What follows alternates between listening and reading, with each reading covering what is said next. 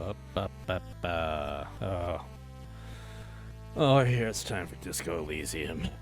It's been a while. Let's look it up, you know. Those people fritter in or don't, you know. You're all adults. You make choices. And this is a game about choices. Oh gravy.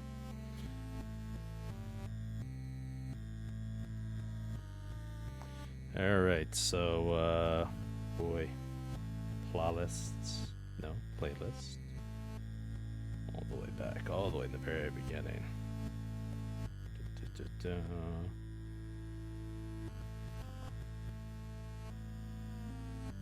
Oofa. Alright, so, yeah, 5 years ago, good old Skippy Granola and I, and some other friends along the way, but largely Skippy and I, Skippy sat in as I did my first LPs of this. You know, process grief as you do, and why not play a game about grief to process grief? Yeah, I mean, that's pretty. Just 1 and 1's 2. So yeah, we're gonna make a cop. Do some cop stuff. We could be a sad cop. Clicked the "I am streaming this game" button, so they'll hopefully stop me getting copy struck. Some of the songs, for whatever reason, get hit hard. Others don't. It's by the same band. Haven't quite followed up on the where, when, why, how of that, but you know, hey, so as it goes. Yeah, I'm just gonna play the game. Let's switch it. Bingo, bango. Okay, so got your basic types. We could be the thinker. Extremely intelligent, very bad with people. Knows interesting facts, comes up with original ideas. A 5 in intelligence. We're, you know, got some flatsies, you know. Just a 1 in psyche. Unfortunately, 2 in physique. Not the weakest, but not the strongest. Motorics, you know, pretty good. Pretty good. Alright, sensitive, very psychological, a magnetic personality, but unstable. Might begin to lose his mind. So we are not in intellect. Bad, very bad, terrible. Our psyche is great. Our power to influence not just others, but ourself. Fabulous, maxed out. Physique, how well our body is built. Pretty good. You know, we're not the strongest dude, but we're way up there. Motorics, how well you can move your body. We're not terrible. We're not good. You know, just a little bit below average, I would say. Physical, extremely physical. Interacts with the world through his body. Gets things done. But dumb as a rock. So, once again, intellect 1. Psyche 2. Physique 5. 5 out of 5. Oh, we're not gonna go down swinging. We're just gonna enter swinging. We're just gonna do nothing but swinging. Just it's happening. Motorics, how will you move your body? 4, pretty good. All right, so we gotta make a dude. We could pick a preset, or we could make our own character. Okay. So it's just giving us the average. Perfectly cromulent cop. 3s in them all. All right, so let's get all our points. Just max them up. Okay, perfect. We're currently terrible on everything. Good start. Build it up from there. All right. So, oh geez, let's base it off how I'm feeling right now. All right, musculature. How strong you are? Well, I've been trying to build it up. Okay, with kids, I'm 40s or 50 years old. So better than terrible, which would be weak. I think Meowdy Perdner, I have an ad and cannot watch it. Oh, fun, thank you. We're making a boy, you know. Hopefully you can hear this. Average. I think average, perhaps for a man of my age. Good? Question mark. I wouldn't say great. So we can leave that at average for right now. How emotionally intelligent am I? I'd say I'm at least better than terrible. Weak as possible. Okay. My sense is how agile I am. Good old motorics. I've really never been the best. I don't think average. I think weak to terrible. You can say weak for right now. Intellect, raw brain power, how smart. Okay, all right. I do have multiple degrees. Okay, I got 3 degrees that say science on them, so I feel like I can absolutely say good. I could say I got this intellect on lock. At least good. I'm not gonna say great. Not gonna say great. So what if? I think I could rock this. I think I could make an argument if I was this mysterious police officer that we're gonna play as, and I'm gonna base it on how I, as a man who is 40 or 50 years old, is feeling at this moment. We got good intellect, our raw brain power, how smart we are. We went to school, we learned stuff, we remember things. Keep the brain elastic rather. We don't want it to be plastic. That's bad. Okay, see, that's why it's good and not great. There, done, sorted. All right, our psyche, sensitivity, how emotionally intelligent you are. I pick up on some things, but other things I don't. So let me phrase that. A lot of things I don't. Weak. There, done, sorted. Physique, my musculature, how strong I am. For, like I said, a feller of my age, I think I'm good. Fun seeing me. You can chime in. I think additionally, I just have my foolhardy nature. If you've watched the Cardio Soul streams, I don't stay down. Not necessarily for smarts, just I guess the body does what it's gonna do, so I'm fine with that. My agility, once again, if you've seen those Cardio Soul streams, I have to wear those metal knee braces to keep myself there. Did have a slight oopsie fall this year, had a couple of needing to brace myself on the wall, so I think this is a really good, this is our Jorfy. All right, let's move on.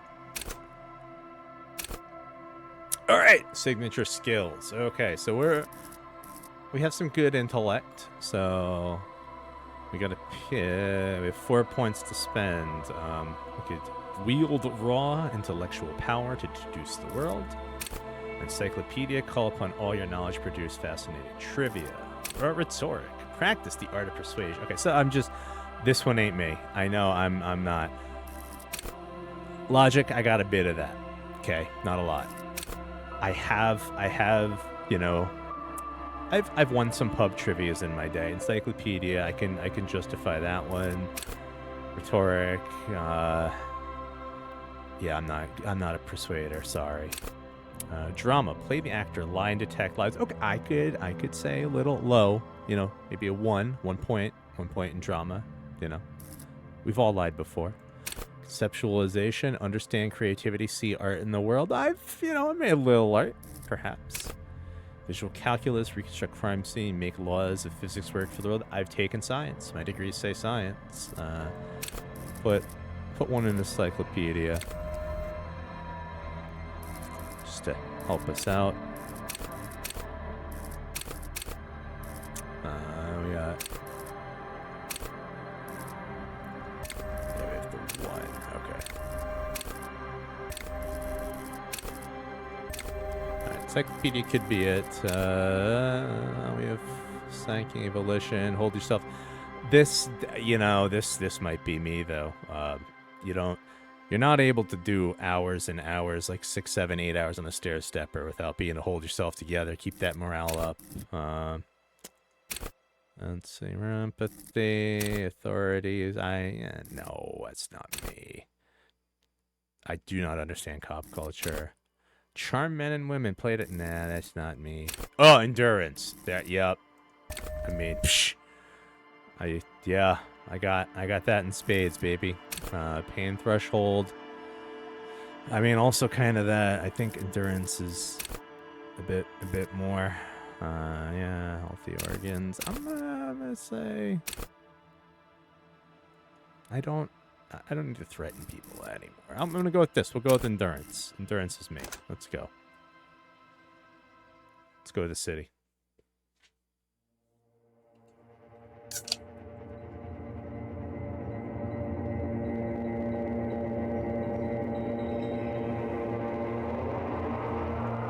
There is nothing.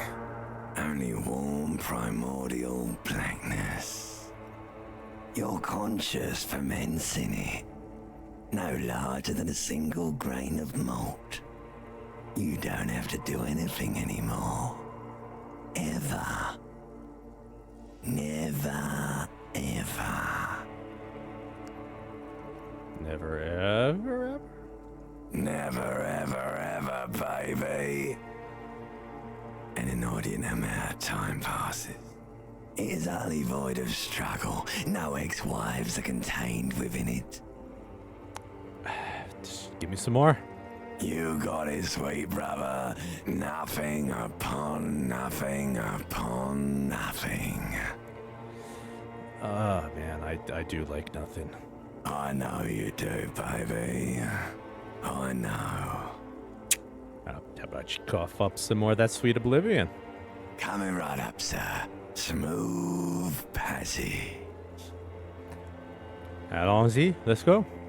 All right. Nothing town to fuck all borough. Oh, man.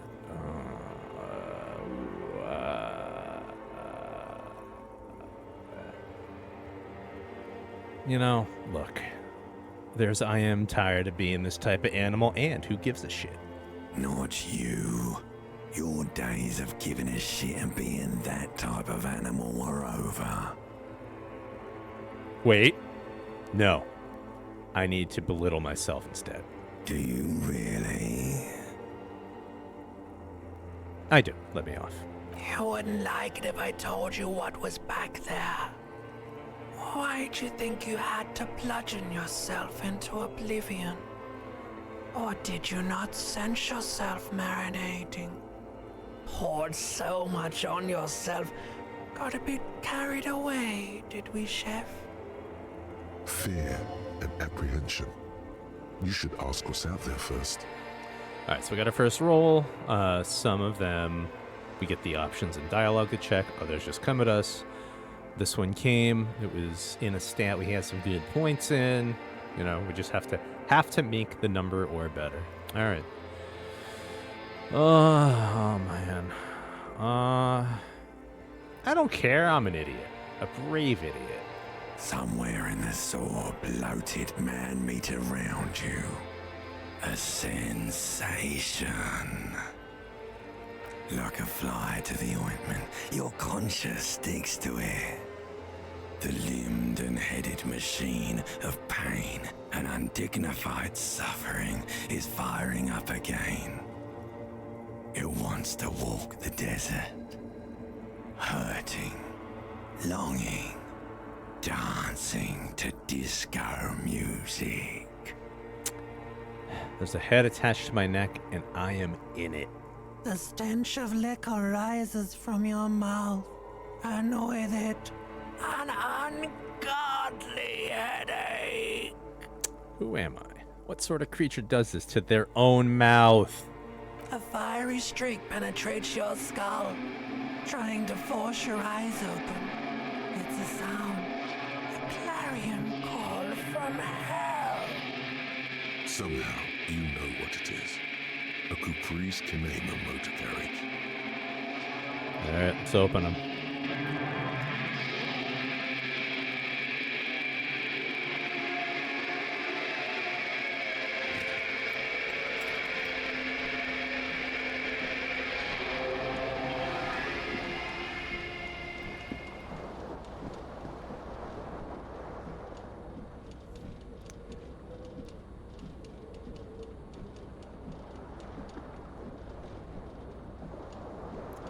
Okay, looking good, Chief. Let's just pop a real save. Do a new one. Yeah, new save. Emma. Okay. Uh-oh. Everything's fine. Everything's fine. This is a site terrorist, yeah. You know, look. Am I going to say I've never woken up like this? Yes and no. Mostly because this is not the underwear style I wear. So it's fine. Yeah, tab to highlight. I know. All right, let's start working our way through here. Flare-cut trousers. All right, so clothes give us stats. We're a little less smooth and a little better at some stuff. Why not? You hear a jingle. Keys are clinking in the pocket of your flare-cut pants. Fish 'em out, baby. It says, whirling in rags, on the aluminium keyring. There is a single key on the ring. The number 1 is etched on it. It should open the door. Now, I didn't agree to wear these pants. Game. Alright, what else we got here? Got a jacket, fan, bottle. Ooh, Commodore Red. Sounds delicious.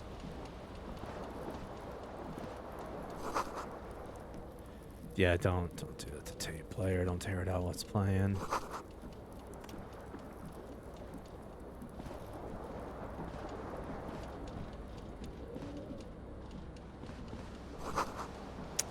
All right, we were just somebody was partying in that tub.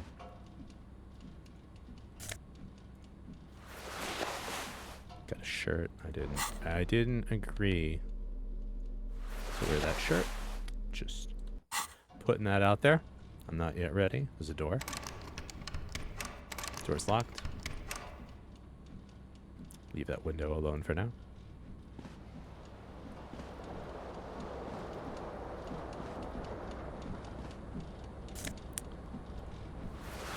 Coat once again did not agree.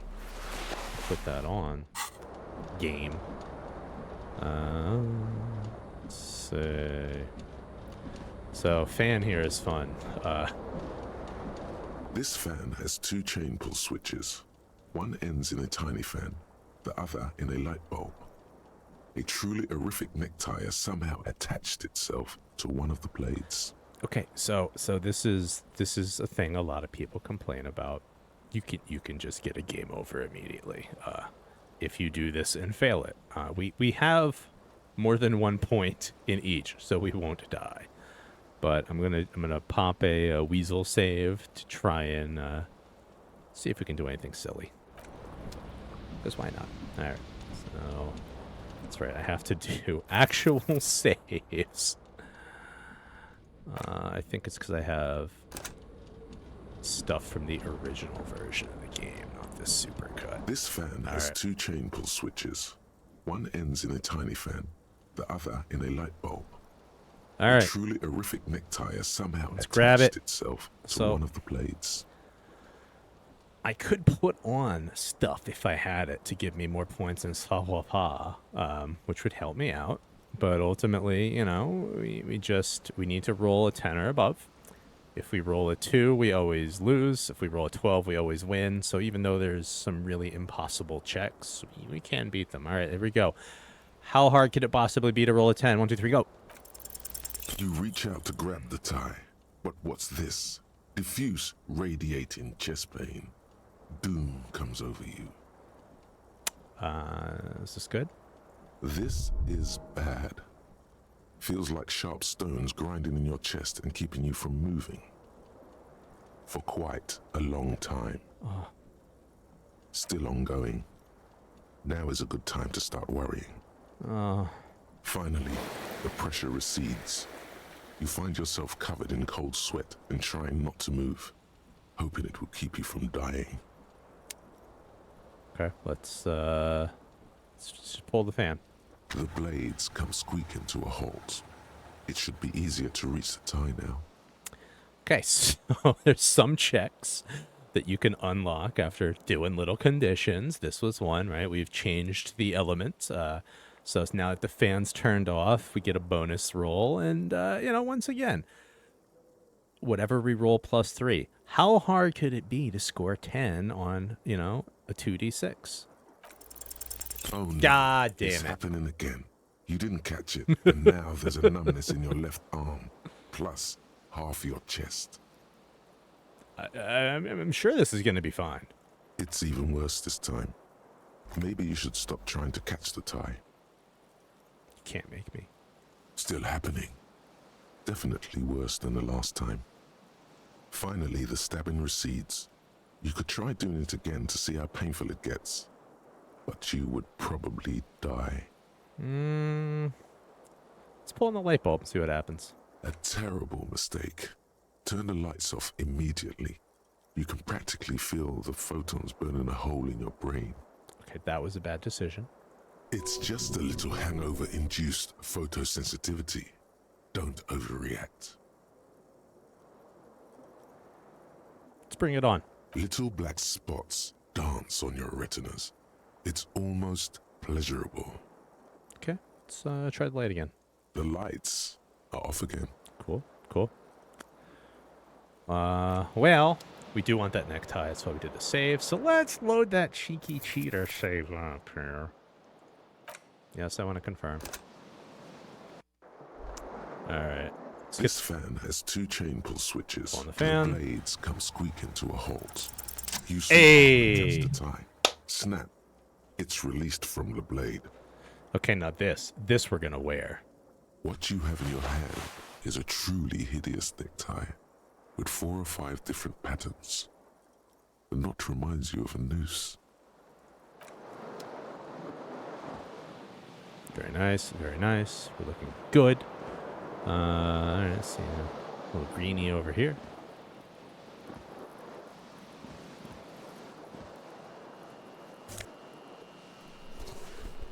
Alright, so we got a shoe. The shoe is just, it's just one shoe. Just one shoe. It says shoes plural. This is clearly one. It is the green shoe left foot. Cool. All right. Well, that was successful. So, let's just, make a note of that. All right. There's also this broken window. Let's investigate. We're something of a scientist here. The window stands broken in its frame. Cold wind blows in. I mean, obviously, look out a window. The morning light hurts your eyes. It's hazy, but you see the ocean and some war-torn buildings. All right, let's, try and get a 9 on a 2d6. The shards face outward. Whatever broke this window came from the inside. All right, so here's one of the other ways rolls took. That stat we had a 4 in, so we rolled a 7. 7 and 4 gives the 11, so we beat the 9. Nice and easy. All right. Did I break it with my own hands? Look at them. So it's funny. Kids, it's funny we talk about this because, I was telling a story to 2 of my dear friends recently about the night I got roofied. It's, one, it's horrible. But I woke up and, there was a lot of blood on my hands. It wasn't mine. So then I had to carefully wash myself off to make sure it was not my own, which it wasn't. So I had to go knock on my roommate's door and just, buddy, it's gonna sound weird. Are you bleeding? And was not. So we tried to figure out what happened after we left the bar because that was the last thing both of us remembered before we remembered waking up that next morning. Really couldn't piece it together, and that's the dangers of youth. It's the dangers of youth. Did I break this with my own hands? A fine web of scarring covers the back of your right hand, but none of it is recent. What did this then? More likely a projectile than a held object. There are no fragments on the floor from pulling a tool back in after impact. I guess I better assess the size of the impact. It is too large for a bullet, yet too small for a piece of furniture. You're looking for something heavy and larger than your fist. The single green shoe you found fits the hole almost as well as your foot. It would have also been heavy enough if thrown with force. Congratulations. You smashed the window with your own shoe. Now you only have one. If you're lucky, you could still find the other one on the balcony outside. The door to it should be outside your room. Maybe it wasn't me. You mean someone else took your shoe off and smashed the window with it? This person also forced the drinks on you. See? Logically, we succeeded with convincing us that. Ah, man. I guess I should go and get that shoe. A cool wind gushes in. Your toes curl up from the cold. Alright, so we got us a little task, and our tasks go in our journal, and they're sorted by what day it is, and we don't have a map yet, but eventually we get a map to tell us where stuff is. But, yeah, seems like our green snakeskin shoe is missing its partner. You should find it before you go venturing into the wild unknown. 2 shoes are better than 1. Unite them again. Alright, thanks, Gurnal. Well, we've done everything we needs to do here except for the little mirror up top, and we ain't gonna do that, so let's just hit the bricks to the door.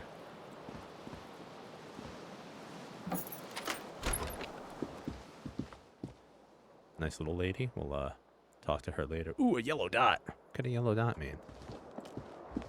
I want to go into options real quick. There is an auto run, and I do want that.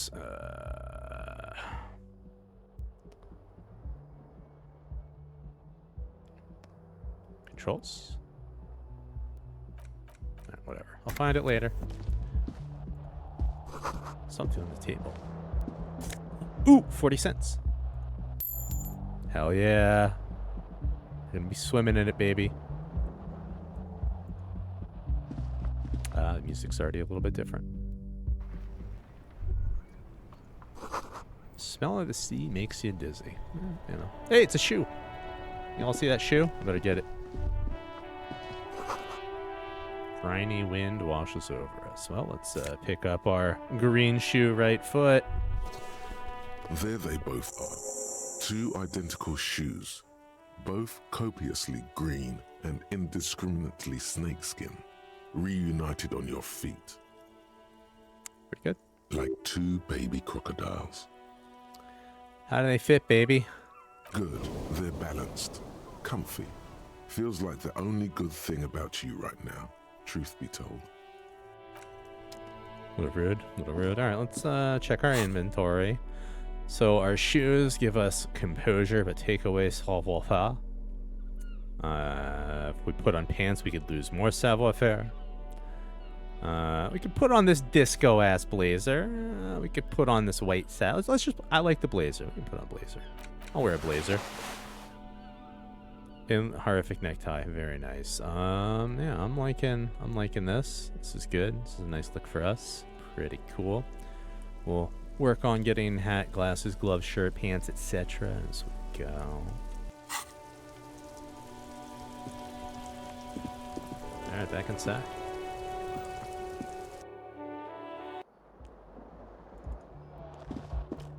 Alright, ooh, calendar. When the hell is it? March 51. Okay. Hello, officer. Yeah, it's always good. Plays drafty. The young woman raises a cigarette to her lips. Ossifer, am I military personnel? No.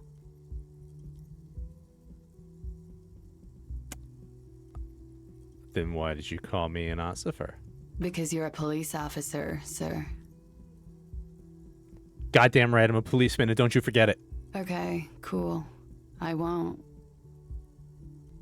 No need to be alarmed. I was just getting into character, you know. Okay. Whoa. Something wants to come out of you. A bit of vomit. Thankfully, you keep it down, because your body does not control you. See, the endurance. The endurance is paying off. We control the body. Body's not in charge. How did you know I'm a police officer? Sir, you've been here for 3 days. On official police business, as you put it. And what business is that? Couldn't say. In truth, so far, mostly drinking. All right, so... +1, goddamn right, I'm a policeman. You can save scum and pass this, and it's you can fail it and it's dumb. I did an LP where I succeeded and failed. Watch that. We're just gonna move on. All right. Who in their right mind would let me be an officer of the law? Don't be so harsh on yourself. They let almost anyone be a police officer. Why don't I remember being a cop or anything else? Could it be because of the drinking? I should get going now. Of course. Be careful, officer. They don't like the police around here. She looks back at you, a light glinting off her eyes. Goodbye.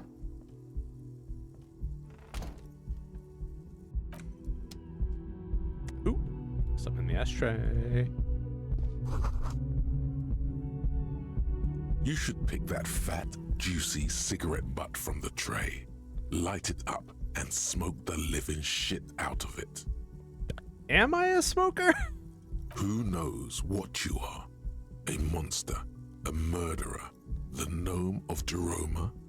You feel like a smoker, especially when you look at that juicy, succulent, seductive cigarette stub, still smoldering deliciously. But she broke it at the filter. I can't smoke that. How very astute of you. This renders it ineffectual. You should look for a whole cigarette, or better yet, an entire pack. Strike that, a carton. Make sure they're all healthy and able-bodied. Then smoke them all.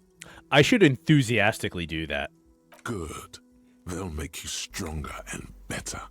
You're too old to be cool now. But find cigarettes, smoke them, blam. Instantly a cool renegade man. A mystical red dragon with smoke rising from his nostrils. Look, gang, I've never been a smoker, but, you know, as someone who's 40 or 50 years old, this game's making a lot of, you know, good points about maybe this is the year of Jeffy starting to smoke. I'm just, you know, it could happen. Plus, smoking them gives massive bonuses. I do love bonuses. All right, got a new task. Find smokes and smoke them. Also, we found our chute, so it's crossed off. It's done, and it tells us when we did it. So as you can see, right, we filed it on Monday. We completed it on Monday. Can't necessarily do all of them in the same day. All right. What else we got? What's the worst that could happen if we knock on the nice lady's door, you know? The door is closed. Let's try the handle. This door can only be opened with a key or from the inside. Let's give it a little knockaroo. There is no answer. You hear the shower being turned on, somewhere inside. A tremendous loneliness comes over you. Everybody in the world is doing something without you. Why are you doing this? Don't do this to me. The door is mute and indifferent. Your despair is a joke to it. I should just knock again. Still no answer. I should knock again much harder. Still nothing. You should punch a fucking hole in it. I'm gonna punch that door. You slam your fist into the vinyl. It does not produce a hole. The door sits sturdily in the frame, and your fist hurts. This was all a very good, normal thing to do. I mean, I am a very good normal person, so I'm gonna leave now.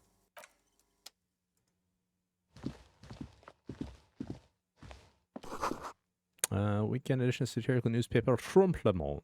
Okay. Hey, some stairs. Let's see what happens on these stairs. Okay, there's a man, there's a woman.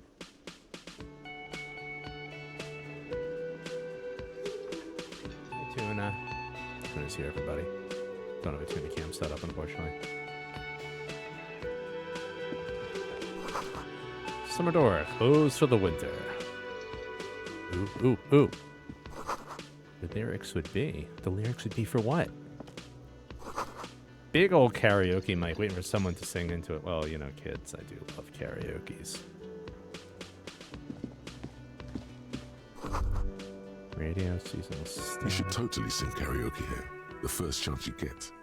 Your emotions need to be expressed. People need to know your vast, oceanic soul. My soul is immense. Utterly.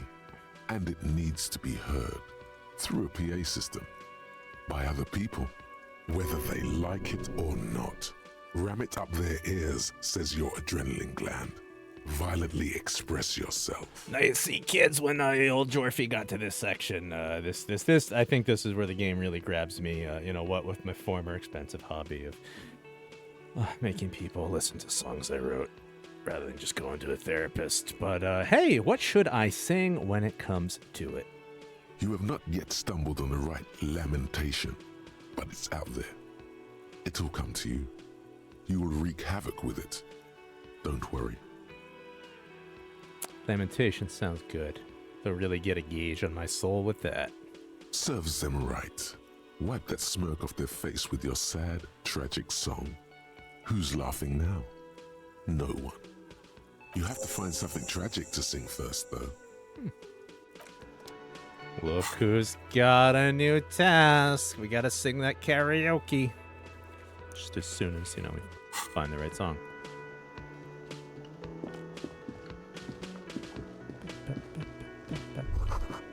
Monday, huh?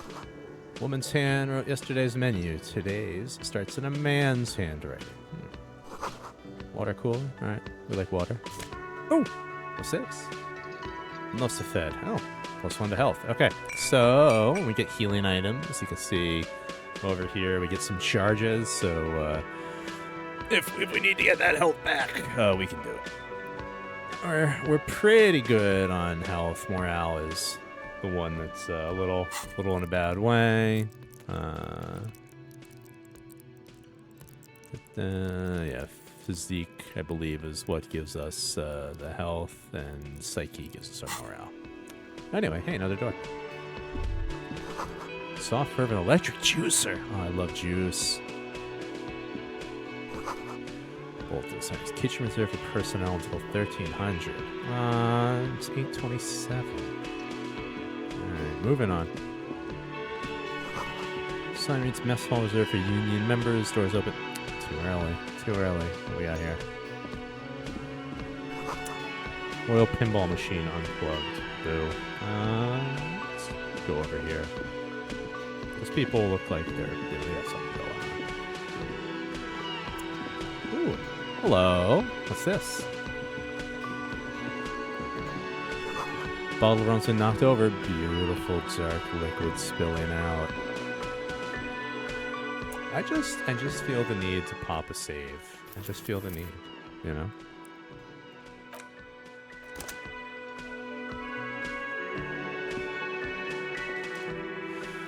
A man is sleeping at the table wearing mud cake boots and roll-down coveralls. The back of his shirt reads Wild Pines, encircled by a logo with a tree. On the counter, rolled out of his open hand, you see a blister pack of headache medicine. I mean, yeah, I'm gonna take those pills, baby.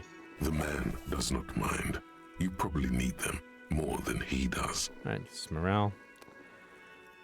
Ooh, white check, may retry it. Let's wake his ass up. You gently shake his shoulder, but nothing happens. This man could probably sleep soundly in a ship's engine room. Damn. Alright, so we just need to roll an 8. We can do this. The worker is in a deep... I feel like we try again. You know? Why not believe in ourselves? You know? Give it one more. That sugary black rum stain on the counter makes you teary-eyed with joy. It's almost touching how syrupy and sticky it is. How long have you been up already? Pretty long. It's drink o'clock. Attaboy. It's coming back to him. You had your mesolimbic reward pathway worried there, not thinking about drinking all that time. It was like you weren't yourself.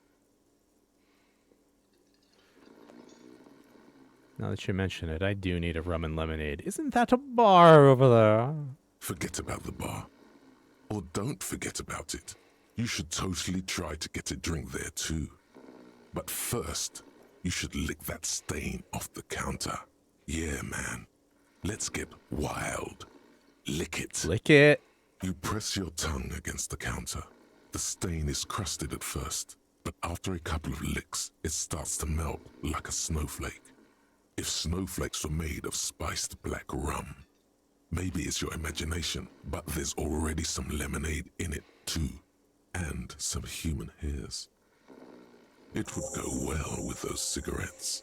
That's a great combination. Yeah, yeah. Look at this journal. Find a booze and drink it. Oh, I like this. I like this. Have some magic happen. Okay. So that was really what we did. We'll save you. I'll kind of speed that up. All right, so save over. Talk to our friend again. Yep, On the counter, rolled out. Give me them pills. The man does not mind. You probably need them more than he does. Try him one more time. You gently shake his shoulder, but nothing happens. Biscuits. This man could probably sleep 10. soundly in a Close. ship's engine. It's close. Well, we'll leave him be. Let's talk to the nice lady. Auto save. Hello, sweetie. You shouldn't keep your colleague waiting. Man in an orange bomber jacket. Looks pretty cool. Hello, sweetie. You shouldn't keep your... Alright, well, let's just go outside. As you approach the door leading out of the hostel, the bespectacled man in an orange bomber jacket turns to you. Excuse me. I think you may be the person I've been waiting for.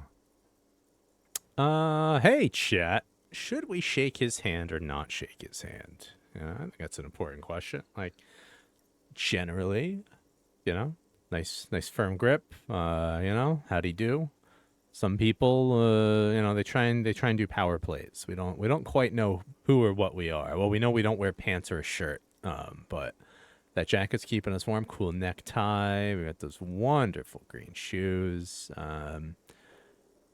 We lick rum stains off of counters. We really want to get some smokes. Perhaps embarrassed ourselves a little bit with a nice lady, but I don't know, handshaking. Should we shake a hand? Should we not shake a hand? Who can decide for us? Tuna good. Tuna's pretty good at deciding.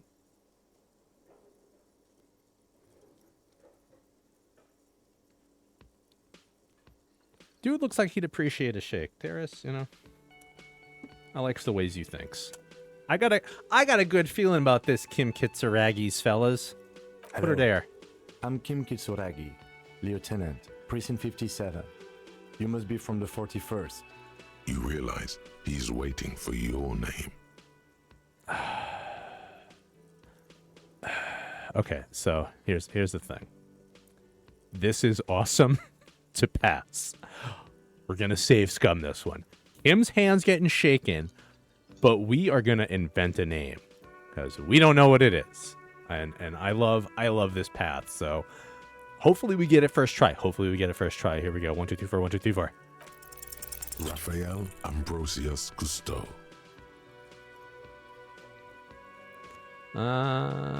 It's pretty cool. Ostentatious. Yeah, it's very, very cool. Maybe just a bit too ostentatious. No, it's not. Raphael Ambrosius Cousteau is one classy name for one classy cop. Say it. My name is Raphael Ambrosius Cousteau. Yes, well, Not for a moment does he believe that's your real name. He casts it aside as an intra-departmental joke or a peculiarity he doesn't understand. it looks like we had a little scheduling error on Sunday. Saturday too, actually. Have you had time to talk to the manager here? What he means is, he has been trying to meet up with you for 2 days, but you have been otherwise occupied. No, I haven't. Then we should ask him for a rundown of the area. Get me up to speed. I understand the scene is out back, right? It also wouldn't hurt to assure him the police are finally here. In full force, I mean. Have you mapped out the initial interviews? Yes, the police. I'm aware that I'm a policeman. Right. And the interviews? What interviews? At the 57th, we like to prepare an initial list of persons of interest and then just skim the surface. Prepare the field, get to know the players. We don't do that? Maybe it's not an inter-district practice. I haven't. Okay, we'll have time for that after we take a look at the coroner's case. Have you removed the dead body from the tree? No. So, the body is still in the tree. This is the first time you detect a weariness in the lieutenant's voice. It is obvious he would have preferred for the body to no longer be in the tree. Where it has been hanging for 7 days straight. We should go there as soon as we are done talking to the owner. I mean, let's just get going then. After you, officer. If you're about to embark on an investigation, shouldn't you have a badge? Wait, shouldn't I have a badge or something? You mean you don't have a badge? I have my badge. I'm a policeman and I have my badge. Oh, if you didn't have your badge, then that would be very bad. You would need to report it on my shortwave. But since you do have it, we can go straight to the task at hand. All right, come on now. If he hasn't said anything about your lack of pants, no one will. You're only hurting yourself by not wearing them. No one can make me wear pants until I want to wear pants. All right, so got to interview the cafeteria manager. Maybe he knows something. Got to inspect the victim's body. We need to suppress our urge to puke. Okay. Our badge is missing. I think we could run with our name as it is, you know, Raphael. Let's see, so where are we at? 15 experience points. All right, so still working on it. Yeah, all right. Well, let's go talk to the boy. Hey, bruv. A man in his late 20s with a thin, unimpressive beard notices you approaching. He drops the ledger he was holding and turns to the lieutenant. Mr. Gart, right? You run this place. Yes. I am Kim Kitsuragi from Precinct 57. This is an inter-district investigation, so joining me from Precinct 41... Oh, okay. All right. We could be the harbinger of ruin. Could double down on this bad name. I'm currently in between names. Fantastic. It's like when you've left your band, but you haven't decided on a solo artist name yet. That's wonderful, really. I think so. But there's a dead body out back. No one wants to work in these conditions. It's been a week. Sir, I understand your concern, but we are here to do a job. And for us to do it, I need you to stay calm. Yes, of course. I know it took us a while to arrive at the scene, but it also took you a while to call us. It was you who placed the call, correct? No, I only just got here. It was probably Sylvie who called you. She usually works the bar here. I'm only temporarily taking over her duties. Do you have her number? As a matter of fact, I do. You said you just got here. From where? Are you a local? What, of Martinez? No. I live in Jamrock. I only sometimes come here to keep an eye on the place. This is just one of the many cafeterias I manage. But you still know your way around, yes? In case we need directions. Yes, I know where some things are, but as I said, I don't live here. I just used to work here. And I'm not going to start working here again, if that's what you think. I didn't imply that. Detective. He probably means this is where you step in and ask your questions. Right then, questions. I got this. His face expresses profound doubt in your having this. Why did Sylvie go away? She went away because none of your business. Have they not been telling you you're a cop? Am I not a cop? everything is my business. Okay, you got me. She went away because of the dead body out back. And because I asked for her number. That's why Sylvie went away. I hope you appreciate that. Thank you.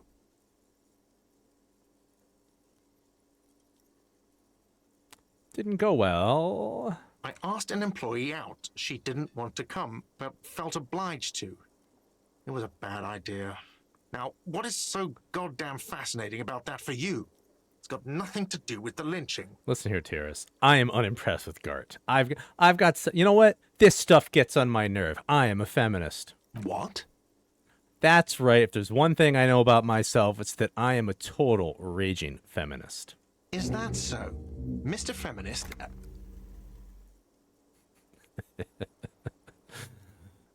Can we jump into it? Yes! Okay. So, thought catalog. If certain things happen, we can just obsess about things to think of. You can see some other ones in here that we can. There's a lot of them. But right now, we can like spend 3 hours and 45 minutes thinking about this inexplicable feminist agenda that we have. You know, something stirs in us, something interdisciplinary. Is it a newly formed reaction to the tyrannical gender roles around you, or something you've always had?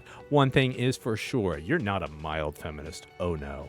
These are incendiary thoughts aimed at undermining the very pillars of society. Could you fashion them into some sort of weapon, perhaps? At first, a first-strike weapon to decapitate the XY chromosome hegemony. Yeah, so we just temporarily get +2 authority against all men. I don't care much for this Gart fellow, so let's internalize this thought. Love it. Great. Yeah, and we can, you know, stop it at any point. As you can see, it's jammed into our little brain box. Love it. And also, we need to figure out, you know, who made the call. Well, you know, we used Kim's phone. Call Sylvie. All right. Back to the man. Are you the bartender? No, I'm not the bartender. I'm the cafeteria manager. You look like a bartender. That period of my life is over. Not everyone who stands behind a counter is a bartender, okay? I'm the cafeteria manager. What's the difference? I have 3 cafeterias I manage. 3. Get over it. Who killed him? I don't know who killed him. I'm not the police. That's your job. Did you kill him? What are you, crazy? Of course I didn't kill him. Suddenly you tense up. Blood is being pushed to your muscles. You should hound him on this. Hound him hard. The prey drive says. Did you kill him, Gart? No, I didn't. You can tell me, Gart. You killed him, right? I didn't. I don't appreciate this. What is this? Why did you have to kill him? Do I have to answer him? Is this mandatory? The lieutenant stands motionless. His expression unreadable. Did he hurt you? Is that why? Did you get some kind of kick out of killing him? What are you, an idiot? I told you I haven't killed anyone. Anyone? Have you killed someone else then? He ignores you. Where exactly is the body? Behind this building, there's a courtyard. They hoisted him up on a tree there. And how do we get there then? That's easy. See that door there? First you exit through that. Then to your right, you should see a big hole in the fence. A really big one. You can get to the courtyard through there. No need for the keys. The hole is big enough for the Franco-Nigerian cavalry to fit through. Well, that's all. Let's go. Not so fast, Mr. Feminist. You owe me 130 real. I don't know you shit. Oh, you don't owe me shit. Well, officer, you're right. You don't owe me shit. You owe me money. We do not need to assert ourselves here. We only need instructions from him. This is the proprietor, remember? No. You know what he called me? But you see, he didn't. You know, I get this all the time. Some hobo comes in here or some backpacking arsehole off the boat. The next day, when they can't make their fees, they get aggressive. I just never thought I'd be in this shit with a cop. Please, just give me the money. You're under arrest. You can't arrest me. I haven't done anything. All right. We lost our nerve before. We really lost our nerve. But we know about Sylvie, and we have this inexplicable feminist agenda. I mean, you know, what's the worst that could happen? Did someone order a vague, farcical reading of the law? More than one pops into your head. Oh, baby. God damn. All right, let's read these and figure this out. All right, number 1. Refusal to aid an officer of the peace. You are impeding me from carrying out a murder investigation with your inane request for money. Number 2. I wonder what Sylvie has to say about that. Number 3. You have... You have admitted sexual crimes. You'll be taken to sex prison. Oh, I love them all. I love them all. I don't know. What are we feeling? There's 3 good choices, and I like them very much. I'm leaning towards the Sylvie train for some reason. Although telling a man we're going to take him to sex prison feels pretty Spinal Tap to me. I don't know. What do we? Who's got a hot read, a hot feel, a hot vibe? Can check my journal.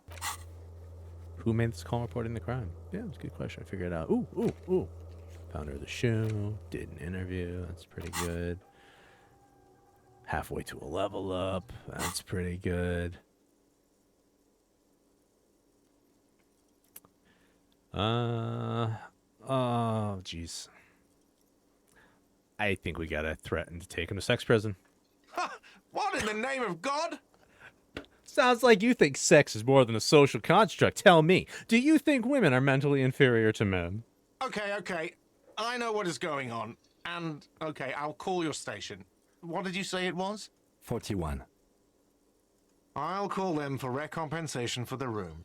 But you still owe me 70 for the drinks and the window. And I do not think women are mentally inferior to men.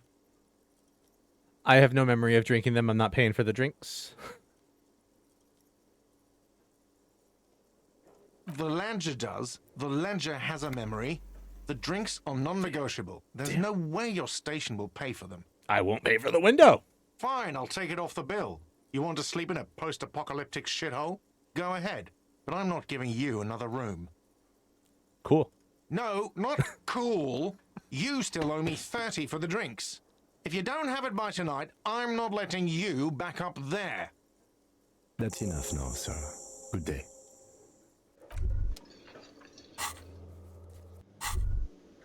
By the way, where is home? The address is coming up blank, and this place sure isn't it. Do I even have one? But you've been at this hostel cafeteria for only 3 nights. Where were you before? You had to be somewhere. Far away? In time or space? Both? That doesn't sound like somewhere you can stay if you run out of money.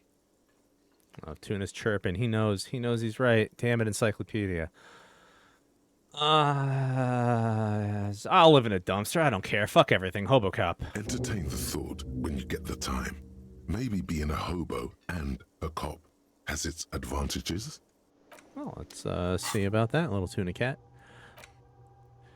All right. Well, unfortunately, we lose some composure due to our ungainly and rambling. Takes 4 hours and 20 minutes. Ha ha! Yeah, Tish just sleep at our desk at the precinct. Well, we'd have to get back there. All right, our problem, a cop and a hobo cop. The upsides can be disheveled. Ooh, I don't like to shave. Doesn't have to wash. I do kind of like to do that.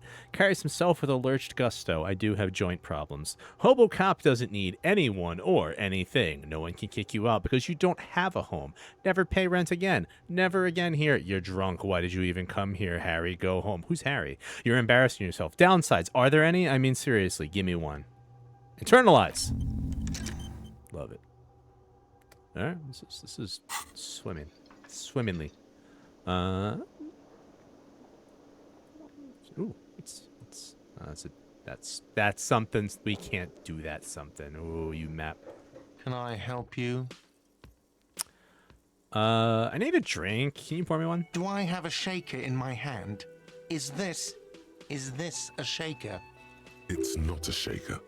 It's nothing. He's holding nothing. It is but an imitation. Say nothing. Am I wearing a little bow tie? Am I wearing a bow tie and doing this? Am I smiling? Do you see me smiling and shaking my little shaker? No. Do you know why? Why? Because I'm not a bartender. I'm a cafeteria manager. Is there anything else you wanted? This guy is so uptight. Play it calm. This man needs to understand you need a drink to help the community deal with police stuff. I am an alcohol-operated detective. If you want me to clean up the dead body and solve the case, then you need to insert alcohol into my mouth. Oh, well, in that case, let me pour you a nice, big, refreshing marinella. Do you want that out of a glass? Or a pineapple? You do not want to taunt me, not when it comes to marinellas. Don't be an imbecile. I'm not going to serve you a marinella. I have work to do and broken things to fix. If that was all, I'd like to return to it. I've seen something here at the Whirling Guard. A thing I need to talk about. What thing? I saw a sign that said the mess hall is reserved for the Union. Yes, not the whole damn Union, thank God. Just the nastiest and loudest faction. They come here in the evenings. Dumb, unruly types. Think they're big shit. But they're good customers. They place big orders and always pay on time. We should find out who this Lord faction is occupying the booth. Loudness means talkative, and we need info. How do we find them?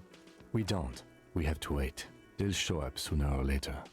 Men get hungry, even striking men. If not today, then they'll be here tomorrow. There are these things called days. You sleep between them. He's saying they'll come after you've slept. Guard, Just making clear you got that.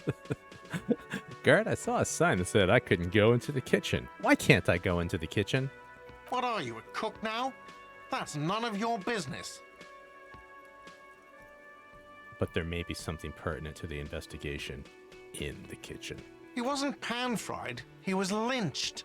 What could the kitchen possibly have to do with... Fine, okay. The kitchen is closed until 1 p.m. because the cook is working. You can snoop around after that, if you must. There's something else I want to ask about. What? By the way, you should come back to this thing-based questionnaire if you see anything interesting in the Whirling later. Ah, very nice, very nice. By the way, I'm going to sing karaoke here. Absolutely out of the question. Absolutely in the question. First we find a sad banger. Then we sing this place to shit. Your body is ready, sire. All right, goodbye. All right, pay for damages. We got to make $30, whatever. Find out who's in the box. Okay.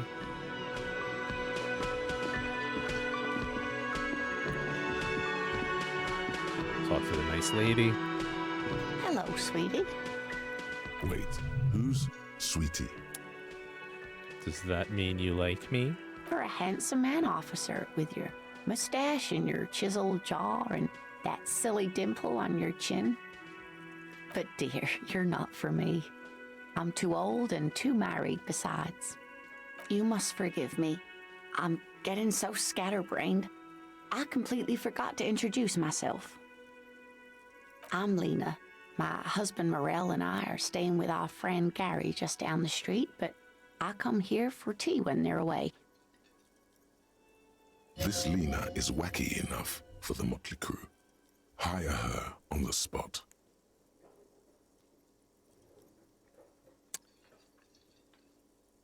You seem to... Nah.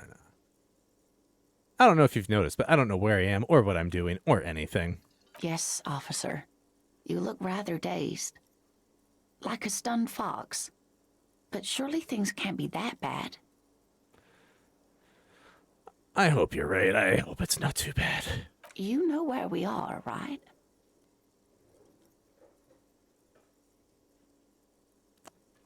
The Whirling in Rags cafeteria, it was on my keys. That's right.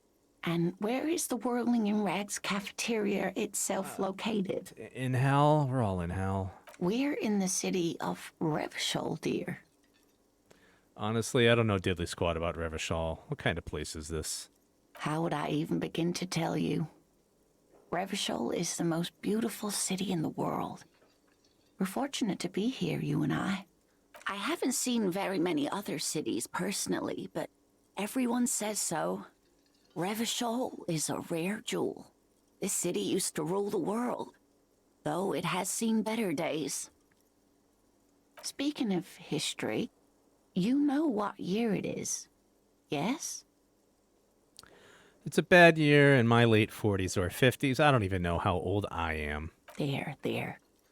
The year is 51, and spring has only just started. I'm sure there are better days ahead. The lieutenant studies you, rubbing his chin. I'm beginning to suspect that you might indeed be completely adrift in this reality, thinks the lieutenant. How can it be that bad? Never mind. We're in this now. I can tell that this is taxing for you, so I'll just ask one more question. What regime are we living under? What mode of government?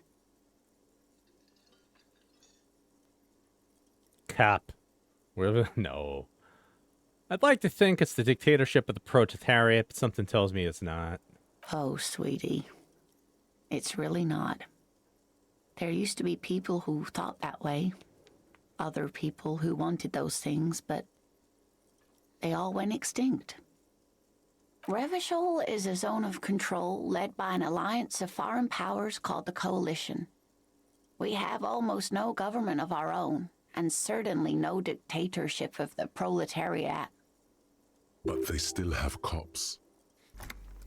If there's no government, how come there are cops? Oh dear, this is troubling. You really ought to know that, being one yourself. There aren't any cops in Revachol, not in the traditional sense. The status of law enforcement has been a complicated matter since the revolution. But we should stop for today, sweetie. You look like you need a break. Besides, I'm not the best person to explain the big things to anyone. She's scared now. She's realized you really are brain damaged. So what is the revolution you mentioned? A defeat, I'm afraid. The people of this archipelago tried to build something new, something different.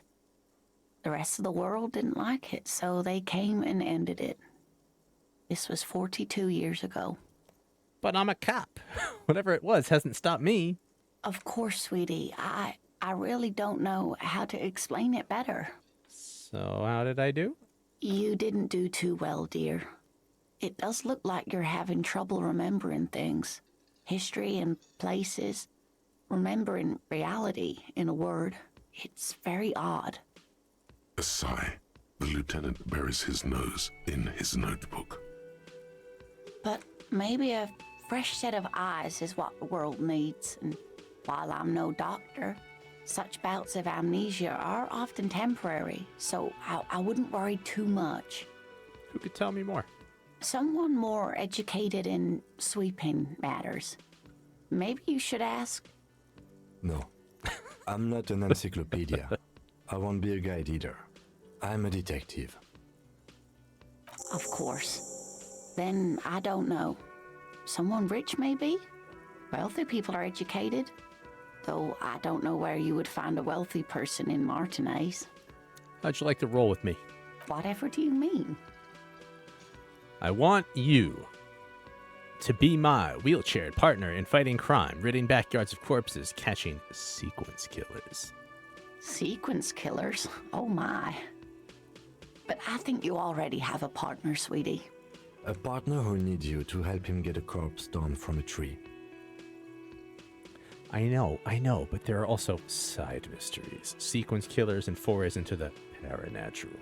I can assure you with absolute certainty, there are no sequence killings taking place in Martinez.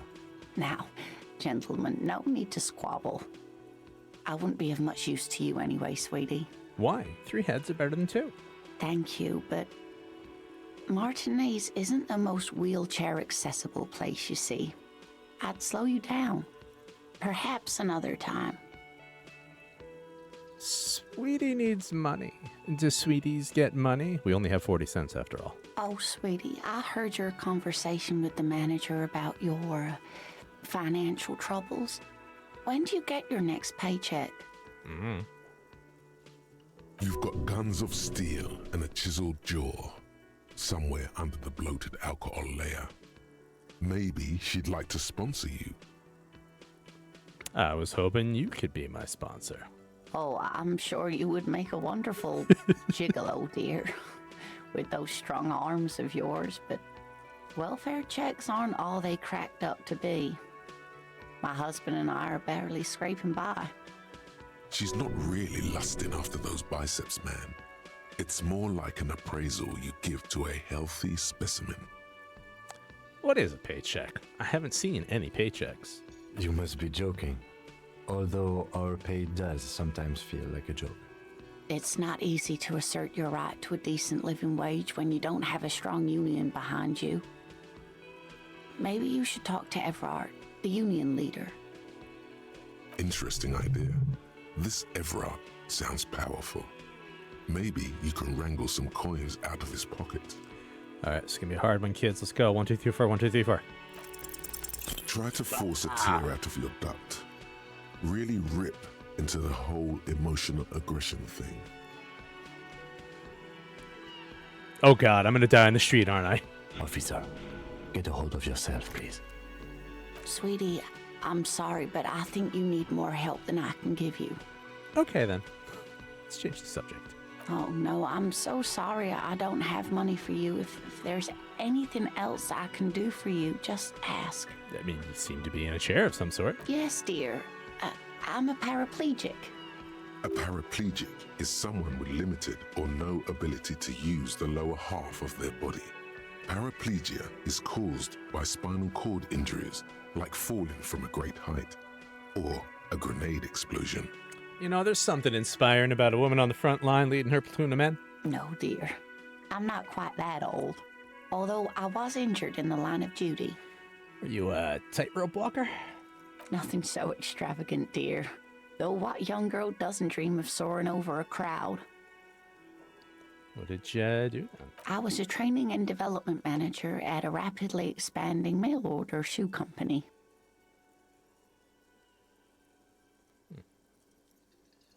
You'd think it would be a safe job, but I had to be everywhere, and, well, once I happened to be under some faulty scaffolding. I was lucky. This was almost 20 years ago, and I was compensated exceptionally well. One can only dream of such payoffs nowadays. Well, thanks for clearing that up for me. Let's move on. No problem. I gotta get going now. Of course, dear. Good luck with your case. All right. I believe that's everything in here. Oh, outside time. All around you, rain falls on the great city of Revachol. Rain drips from the eaves and floods the gutters, washing the filth away. The spring thaw must be here. The snow is melting. What am I doing? Looking up at the sky, cold water dripping from your hair. What do I see? Grey sky like great battleships, clouds colliding with one another. Rain falls down on the world. How does it feel? The shoulders of your jacket grow heavy. The cold finds its way under your skin. You shiver, and the city shivers with you. What's in the waste? Sheets of rain over the water, a flight of stairs leading into the ocean. Wave after wave washing the coast of Martinaise, with its motorboats and gently swaying reeds. The ruins of a half-sunken sea fort crumble on an inlet beyond the Bay of Revachol. Ghosts rise into the sky. Who are you, ghosts? The skyscrapers of La Delta, the financial district. Faint golden light seeps from the office windows. What's down the shore? Urban coastline, rain dripping off Eternite-covered roofs. Cinder blocks left over from half-finished construction. A defunct research and development building, once seized by revolutionaries. An old wooden church stands on stilts above the water. And beyond that... Coal City, end of all lines. Your hair is an oily mess flecked with ash from neighboring coal plants. Smokestacks rise somewhere in the distance. What's in the east? The great gates of the industrial harbor are locked. A chill runs down your back. You shudder like an animal trying to shake water from its hide. You shudder looking down at your feet. Dirty rainwater runs veins into the plaza's snow. 2 green snakeskin shoes stand at attention on the mosaic paving of the plaza. What's in the north? Capeside apartments. Tower blocks crowd one another. 4.46mm bullets still lodged in their war-torn stone walls. Hallways collapse from the mortar hits of a war that was lost long ago. Clotheslines go to waste in the rain. Radios play. The morning news. And closer to here? A yard. Rain falls onto the roof of a woodshed. Coal leaks into a puddle beneath a dead man's feet. He swings from a tree, bloated.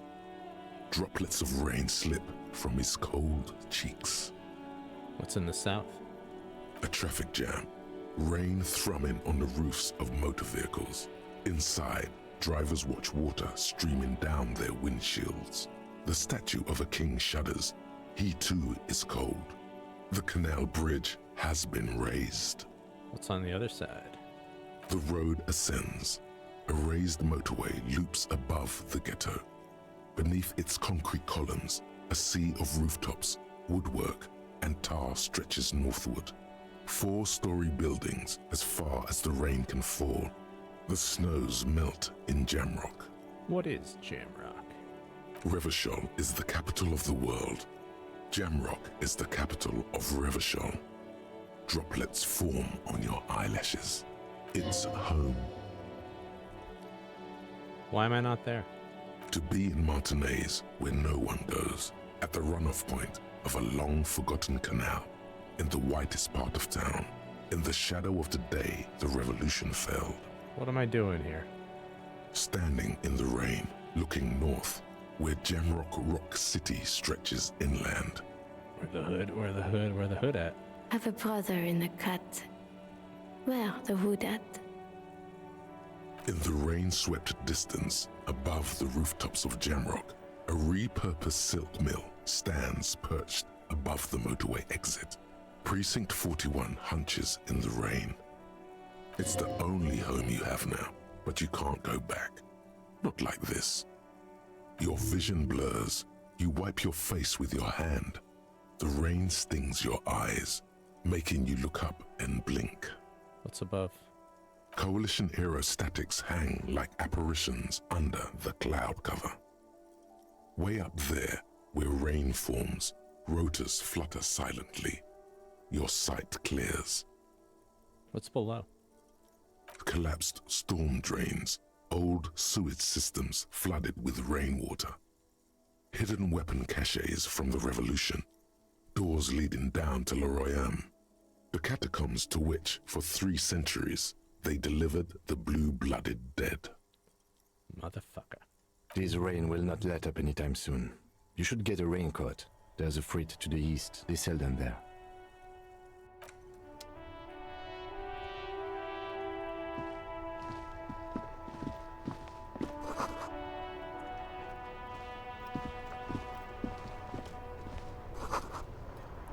Yeah, good sign.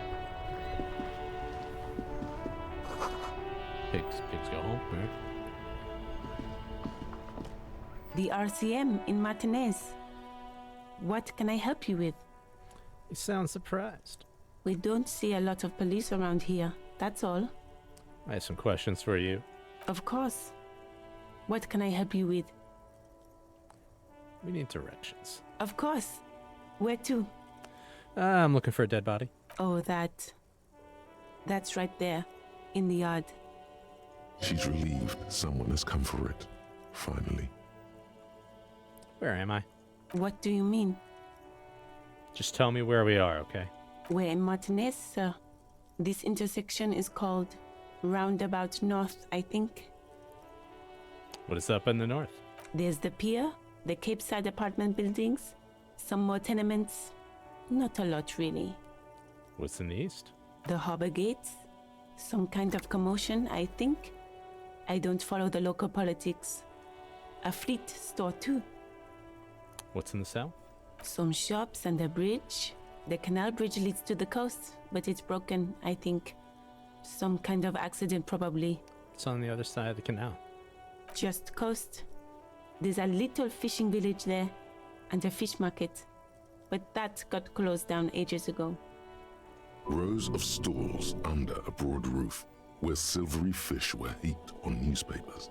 Water, water everywhere, pouring from the heavens in the shadow of the old church. What kind of a fish market is this? I don't know. The abandoned kind? It used to gather every spring, but there's nothing to do there now. Just drug addicts. What's in the west? It's just water. No, actually, I think they call it the Martinez Inlet. There are some islands in the bay, but they're hard to reach. Well, thanks. That's all for now. No problem. What is this fuck the police business? Excuse me? This street sign says fuck the police. Oh, well, I didn't write it there. I'm just sitting here. What about the other sign, pigs go home? Who are these pigs? I don't know anything about that either. As I said, I didn't write it. Pig is a widely used term for members of the police. It's not loving. No need to worry, we are not saying you did. Okay. Well, I didn't. Who are you exactly? Me? I am just a gardener. Cool, and what are you doing here? I'm working. Working on what? I have a greenhouse in the yard there. I've been trying to get some work done. But... Well, as you already know, there's a corpse there, hanging from a tree. It smells pretty bad, so I have to take breaks. Don't worry, miss. We are here to clean it up. You can get to work soon. Thank you. My head is about to explode from all the salts I've had to inhale. I have to run. Of course. I won't hold you back.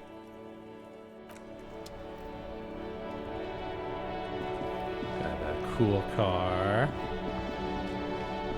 Before you stands a motor carriage. The bodywork is covered in blue and white livery, bearing the number 57. Vapor emanates from the large engine on the back of the vehicle. It hasn't had time to cool off yet. This must be the infernal machine that tore you from oblivion. The Caprice Kinema motor carriage. Let's open this door, baby. In the cabin, you are welcomed by a set of steering levers, a radio microphone on a hook, a pull-out toolbox under the seat, and the soft glow of the fuel preheater gauge. Let's tap on that fuel preheater gauge. As you tap on the gauge, the indicator pin jerks as if startled. It's in the large orange sector, indicating the engine is warm. Next to the gauge is a red switch labeled heat. There's no use pressing the heat button. It won't start without the ignition key. Translation: we're not going anywhere right now. Alternative translation: don't even think you can drive my MC. Well, let's pull out the pull-out toolbox. A metallic drawer slides out from under the seat and clicks into place. The tools inside are neatly organized. Take what you need, officer. It's going to be a long case. I'm not protective of my tools, like some men are. Oh, Kim, you sweetie. He's clearly a little protective of his tools. But what can you do? I mean, work is work. I can take the red tip pry bar. The pry bar feels nice and cold in your hand. Heavier than you'd think. Cold and heavy. Like truth. You feel like you're reunited with truth once more. Useful for opening all sorts of doors and lids. Let's take the rubber-handled chain cutters. The handles are long and sleek. Snap, snap, go the cutters in your hand. Let's take the hand-cranked flashlight. It's robust, weatherproof, and well-made. Police issue, blue. Lets you see things in the dark you would otherwise miss. All right, put the toolbox back. The pull-out toolbox slides back into its nest. Preheater gauge casts a warm glow on the steering levers and the radio on its hook. Should I probably run my fingers over one of these steering levers? The white suede feels luxurious under the touch, and the metal clutch handle so very familiar in your palm. Let's pick up the radio. The frequency tableau lights up, and the green button labeled Prime Line glows like a feline eye. And then you hear something. The soft purr of electrical kittens, radio waves cast far and wide over the metropolis. A woman's voice greets you through the static. This is Precinct 57. Hello, Lieutenant. How may I assist you? Hello, Alice. Please assist our colleague from the 41st Precinct here. I'm putting him on. Come in, Delta 10. This is Firewalker. Copy. This is Officer Alice Demetri, Precinct 57. How may I assist you?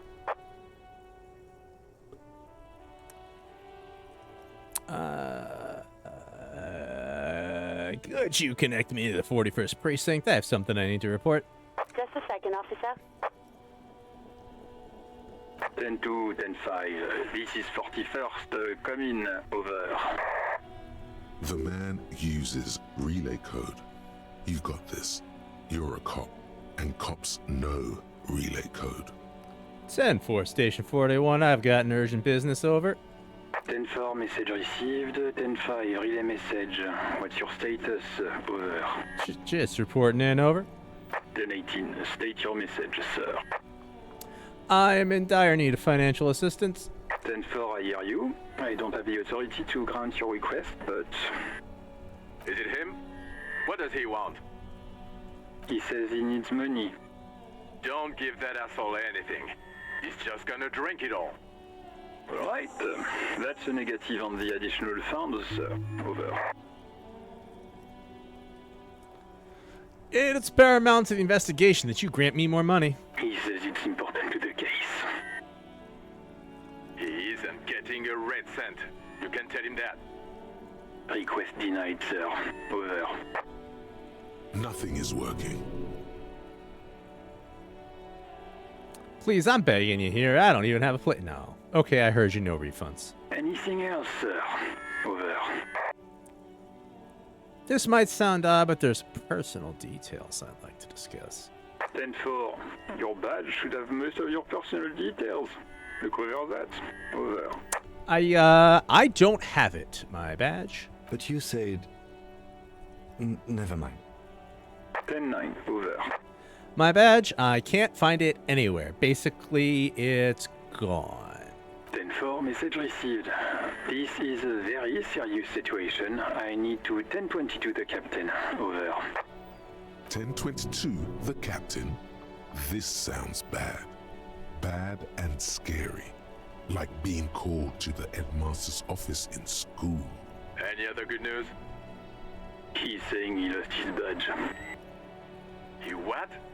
He lost his badge? Hey, who is this? This is Communication Officer Jules Pidieux, sir. Over. No, the other one. You mean your partner? Over. What is he saying? He's asking who you are. I'm his goddamn partner. It's your partner, Satellite Officer Wittmar, sir. Over. Did he lose his memory along with his fucking badge? Who lost his badge? Dick fucking Mullen. Who do you think? It's Officer Dick Mullen from the bestseller Dick Mullen and the Lost Identity. Dick Mullen is not your name. It's the name of a fictional detective who would not lose his badge. Defend yourself. Immediately. They're laughing at you. Aha, officer's lost his badge. Ha ha, like I'm the first cop to ever misplace his badge. He says this has probably happened to other policemen before him and laughs sarcastically. Oh goddamn it. Is he fucking kidding? The whole station's gonna be dicked for this. Satellite Officer Wittmar is wondering if you might be joking and adds that this tarnishes the reputation of the entire station. Over. Mullen dicked us.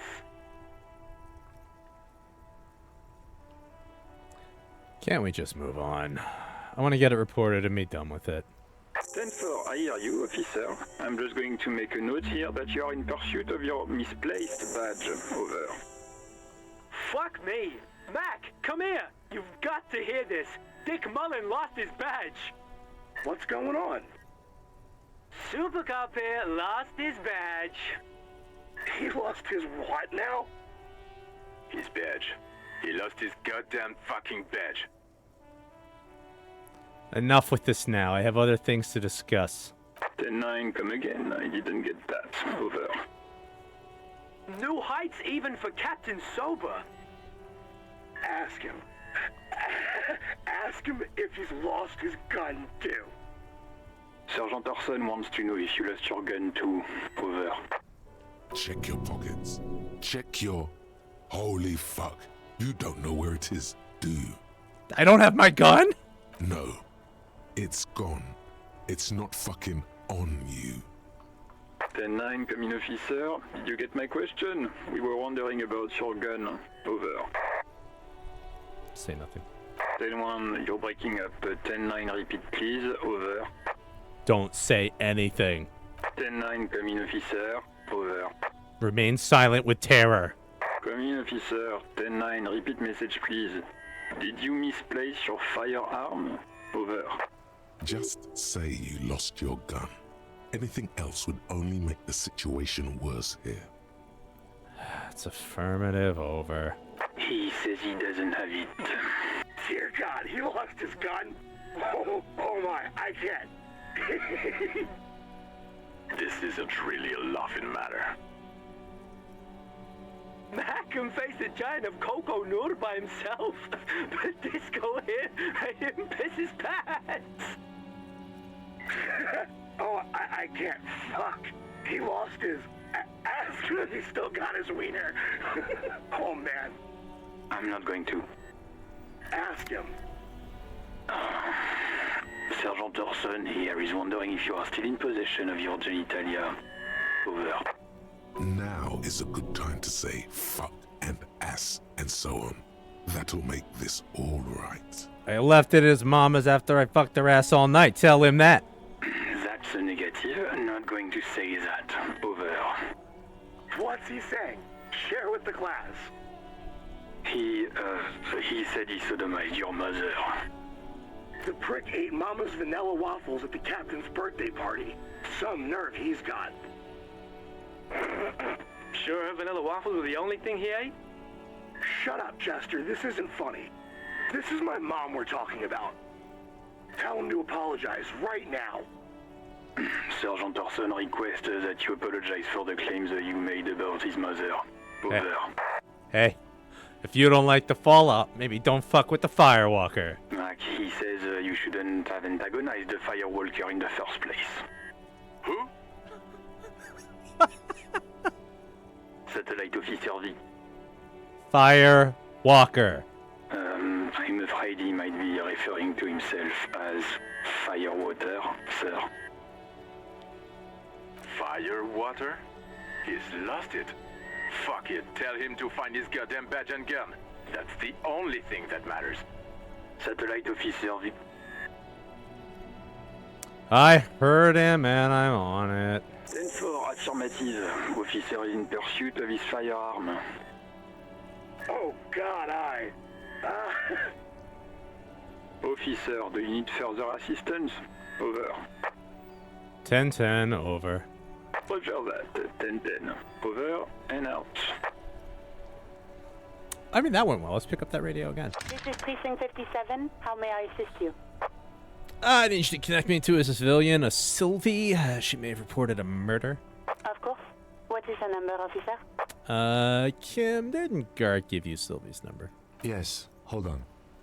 Her number is 005 1944 298.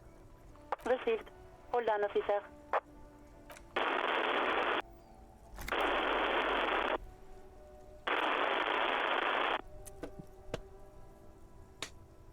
Give it a minute. She might be busy at the moment. Takes a bit to get to the phone.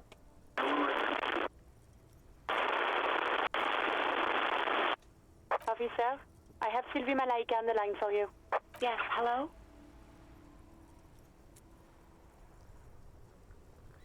Sylvie! I believe we've met before. This is me, a detective from the Whirling in Rags. Oh, right. Hello, officer. What can I do for you? There is no resentment in her tone. She wants you to ask her out. No question about it. Hey, do you want to grab a cup of coffee with me sometime? Oh. No, absolutely not. You quit your job at the Whirling. Why? You mean, why did I leave the bar? Honestly, I'm not really comfortable discussing it with you, sir. Why not?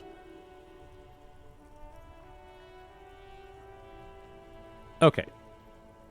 Did you leave because of Gart? What? No, why would you even think that? Sylvie, don't be afraid of that pig. You have to stand up for yourself. Please, don't bring Gart into this. It's none of your business. I already said I don't want to talk about this. You're messing everything up again. What, was it you who called the police? No, not me. But why didn't you call? Didn't a corpse behind your workplace bother you? What? Of course it bothered me. But I thought the union already knew about the corpse. What does this union have to do with anything? No one calls the police. The union would get angry. What do you mean by that? You know, what the union says goes. People listen to them and they take care of their own, which is like everyone here. I am the authority around here. Okay.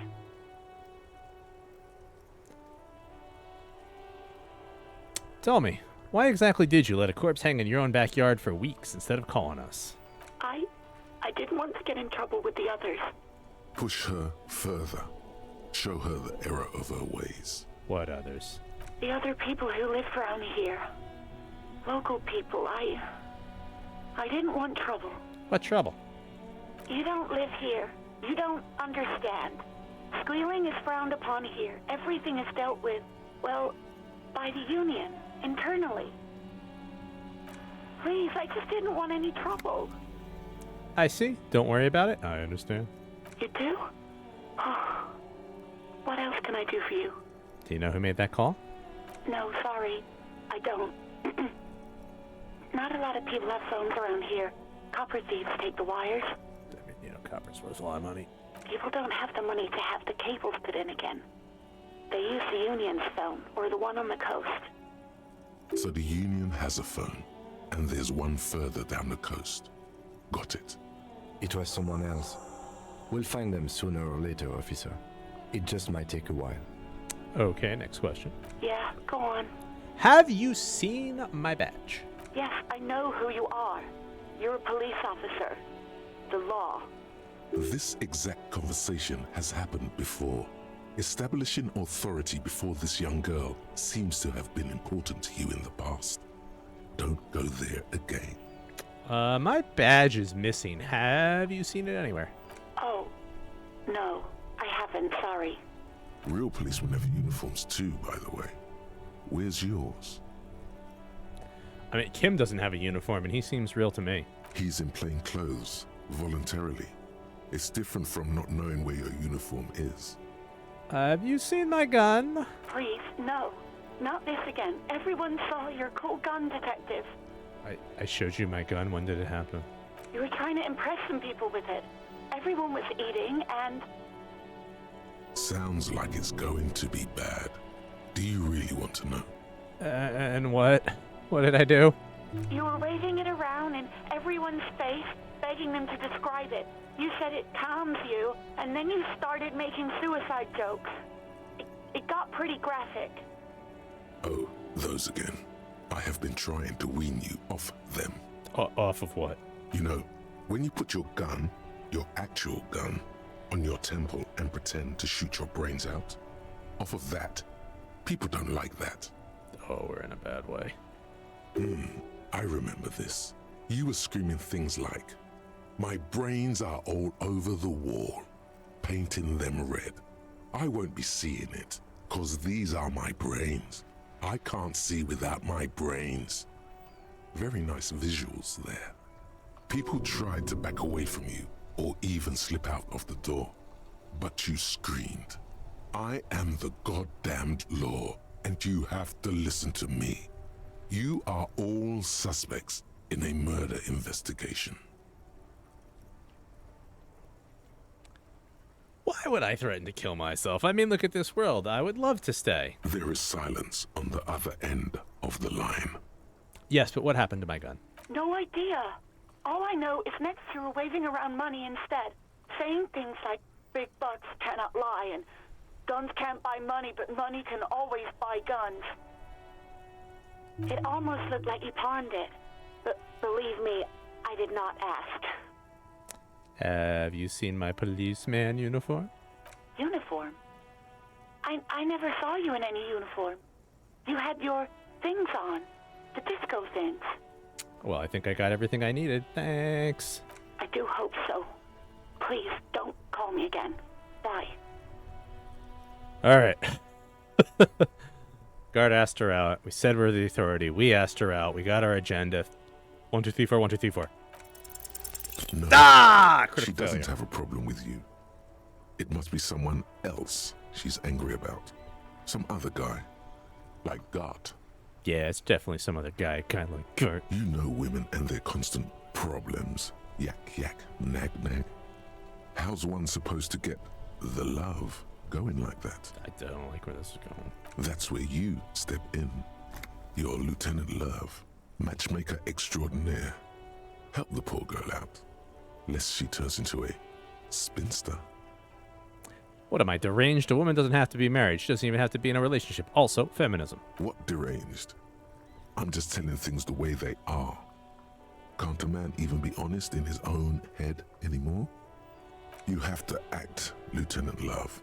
You have to calm that hysteric girl down. Tell her you've got everything under control. And then go and have a little boy's talk with the man himself. Think you can do that, Lieutenant Love? Whatever this empathy failure tells you, don't take the quest. It's not wonderful, it's ugly. I don't want to say any of those things. We're going to refuse it, even though it is wonderful. You're just a gimp. What? You want to be more empathetic? Call was terminated by the other party. Anything else, officer? I am done with the radio for now. 57's over and out. In the cabin, you see a set. All right, we did a lot of things. Let's take a look. All right, so we have a level, so we can throw a point somewhere.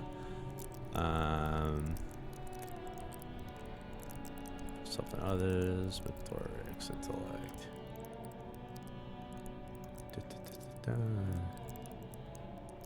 Cool 4. Fighters can take a hit. Alright,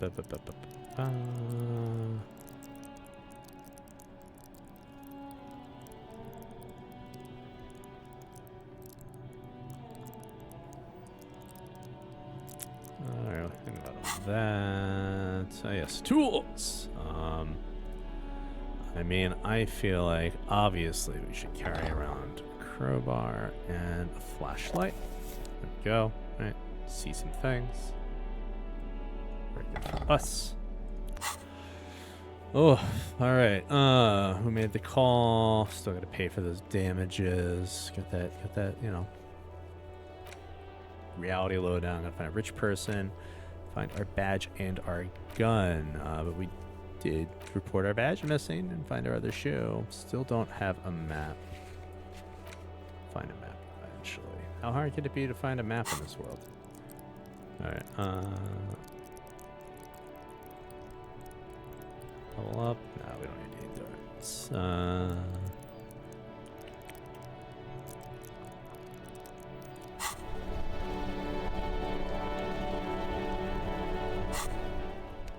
And we're working through these. Very nice.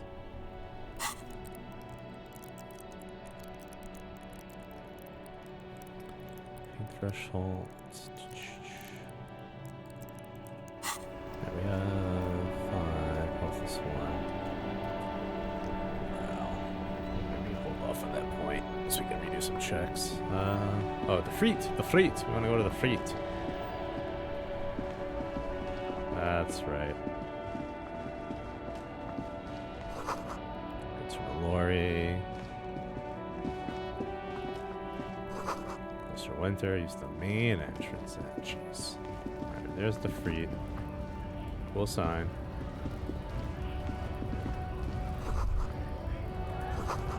T's, how idiomatic.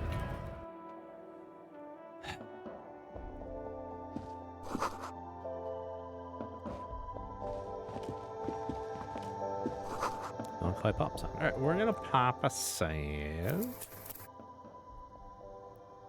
What a save. There's a normal one. Alright. We're popping a save because we're gonna do a little crime. You see several packaged raincoats fill a low shelf beneath a display of croissants and juice bottles. The raincoats are transparent, except for the big Fritta slogan on the back. Fritta. What is what? It's a raincoat. If you want to buy one, then it's only 4 real. Can't buy it. It's a leaf. The tear machine stands in the corner. A sign says, 1 bottle equals 10 cents. Oh, welcome to money making game. Oh, that's the tear machine. Yes, but what is it? It's a machine for tear. You know, you find tear outside, like bottles or whatever, and put it in the machine, then it gives you money. I see. And how do I pick up tear for the tear machine? You need a bag, I guess. We used to have some, but we gave them all out, so... Feel free to use it if you find a bag, though. I'm sure there are some out there. Somewhere. Oh, rude. Okay. A small cabinet on the wall is filled with various medicine bottles, nasal sprays, and blister packs. They all bear the Saint Baptiste Pharmaceutics logo. Their logo is the bloodless rose, pure white, untouched by harm. Just ask me if you need anything from Saint Baptiste. We don't stock prescription meds, but we do have Nosafed, Duramine, Magnesium, and Hypnogamma. What do these products do? I don't know. Let's see. Nosafed is a nasal spray. Duramine is a really good painkiller. Magnesium is a dietary supplement. Hypnogamma is... I don't really know what Hypnogamma is. I guess it makes you feel less shit. It's recommended to use after lots of partying, studying, or exercising. Could you be a little more specific? No. Sorry. I'm not like a doctor or anything. Who is Saint Baptiste? Saint Baptiste. Saint Baptiste? You know, Oh, jeez. the pharmaceuticals company. Saint Baptiste Pharmaceuticals. The one that sells meds out of Saint Baptiste. That one. There. She is right. Saint Baptiste, the company, derives its name from Saint Baptiste, the city. Itself so named because that's what it is. A rare case where that really is the full etymological history. As far as almost anyone knows, at least. Alright. Cool. What we got up here? A colorful display of cigarettes and alcohol bottles line the shop wall, inviting you closer. Oh, baby. There, in that dark green glass, all in vain. The great flowing river of warmth, wine, alcohol, beer, alcohol, love, alcohol. I'm in heaven. I need it all so bad. Sure. If you want something, I can get it for you. Just let me know and pay and stuff. But I'm obliged to inform you that both alcohol and cigarettes damage your health. But I guess you already know that. Know this, you will never finish your alcohol quest if you don't buy beautiful alcohol. Please, tell me more about these products. The Pale Age vodka is special, I guess. It's stored in pale for a couple of years, which makes it super expensive and super strong. What is pale? You know. Don't worry your pretty little head about it. Let's concentrate on what's important here. Okay, what will consuming this stuff do to my body? I mean, I already said it'd hurt you. I don't know what else they do. Do you sell any under-the-counter vices? No, Frit only sells legal drugs, like the law says. Okay. Let's talk to that nice lady. Welcome to Frit. Feel free to look around or something. Everything is out on the shelves. What's that magazine she's reading? Before we go on, what is this Frit? I don't know. Frit? And what is Frit? A 7 to 11 grocery store. Why is it written with 3 T's? I think they think that the extra T makes it funkier. It doesn't. The story goes that normal Fritta with 2 T's, a men's workwear shop in Vredefort, was already taken. So when Fritta Retail Inc. grew into a multinational corporation, they had to add an extra letter to avoid trademark infringement. What magazine are you reading? You mean this? This is Pop Stars. It's got, like, famous people in it. It's not for sale. I approve of this. Very futuristic. She pops her raspberry-flavored bubblegum and nods.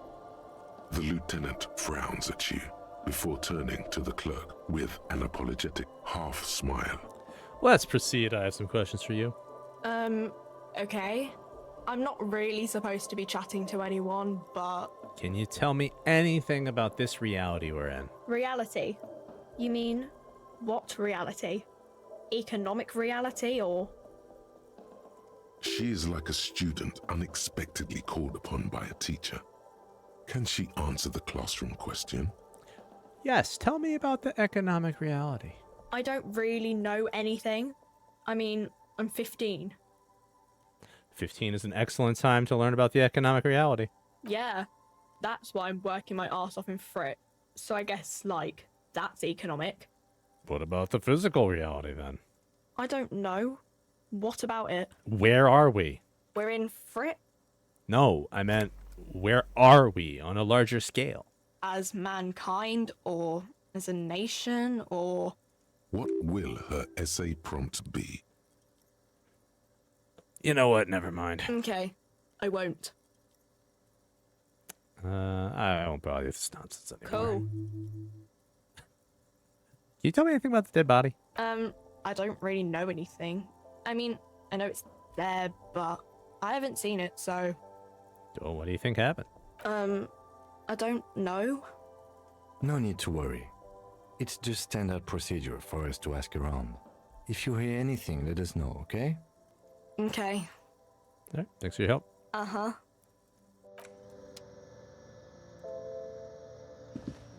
You see several packaged raincoats fill a low shelf beneath a display of cross. Alright, I think we need... You can steal the raincoat. I'm trying to steal the raincoat. I think we need $4 to do it. Alright, let's go find a bag so we can start doing our hobo business. Let's go this way. I got a good feeling about this way.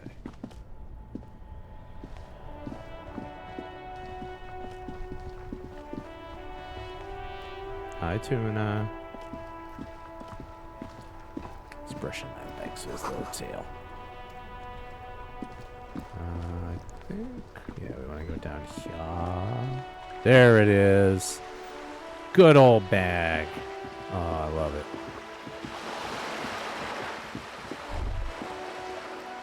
Oh, can we have that thought back? Yeah. That's the birds. Wonderful. Hell yeah, brothers.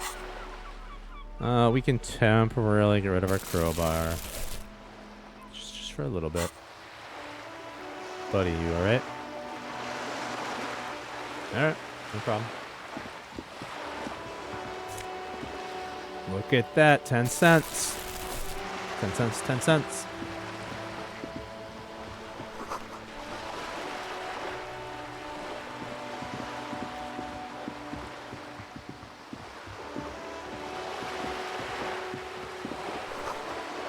window. Trash can. What we got? All right, money. Money. Here we go. Start reeling it in. Money. Street lamps. Yeah. About north. Yeah, oh, that voice. Tears voice actually is great. As somebody who spent some time teaching high school, yeah. Especially the like doing the random call out spot. Oh, very good. Alright, just pick these up. Thank you. Thank you. Thank you. Take them all. Alright, we're gonna do a little scummy wummy right here because this girl is great. We want to help her. And more importantly, she'll give us a cool hat. And we don't have a hat yet. Hello, sir. Step right in. The store is open. I am the law. I know, sir. She's adorable. I love Annette. Are you interested in a new and exciting book? What kind of a store is this anyway? It's a bookstore, sir. We sell books, postcards, and some board games. It's called Crime, Romance, and Biographies of Famous People. Whoa, whoa, whoa, whoa. Hold your horses, little girl. Damn. Alright. Hang on. I'm gonna reload it. Ugh. Oh, Annette, you're too smarts for us. We're all bunged up here. Gotta be successful. We really need to impress this small child, is what I'm getting at. Alright, Annette, what's up? Hello, sir. Step right in. I know, sir. Are you interested in a new... It's a bookstore, sir. Whoa, whoa, whoa, Damn. whoa. Hold your horses, little girl. Right. You're fooling nobody. Sir, are you okay? You've been standing here silently for a while now. Yeah, we don't want to yell at the kid. Alright, we can put it... We have our point. We can put it in encyclopedia. That might be a smart move. I don't want to yell at a child. This kid's good. It's a good kid, and it's Annette. Alright. Alright, encyclopedia. So we can level that up. Give us a nice little point, Amaru. Nah. Hello, sir. Step right in. I know, sir. Are you interested in a new and exciting... It's a bookstore, sir. Whoa. Damn. Whoa, whoa, whoa. 11. Hold your horses, little girl. Challenging 12. Alright, so we're like... We can make this. We can do this. This is a throw we can make. It's worth scamming. It's a really good hat. I'm telling you, this hat's awesome. Hello, sir. We're the law. What store is it? We keep failing. Also, we really want to help Annette, so like, you know, we can. She's a little kid in the Hello, cold, sir. you know. Step right in. The store is open. Hi. Are you interested in a new and exciting book? Let's talk to her first. Try a different track. Okay, sir. I'll try to answer any questions you have. I hope they're about books. What is your name? My name is Annette, sir. My mum, her name is Plaisance. She owns the store. She's inside minding the register or organising the stock. Feel free to step in and browse our wares. And you're standing out here in the cold because... I'm signalling that the store is open. Otherwise, people might not know.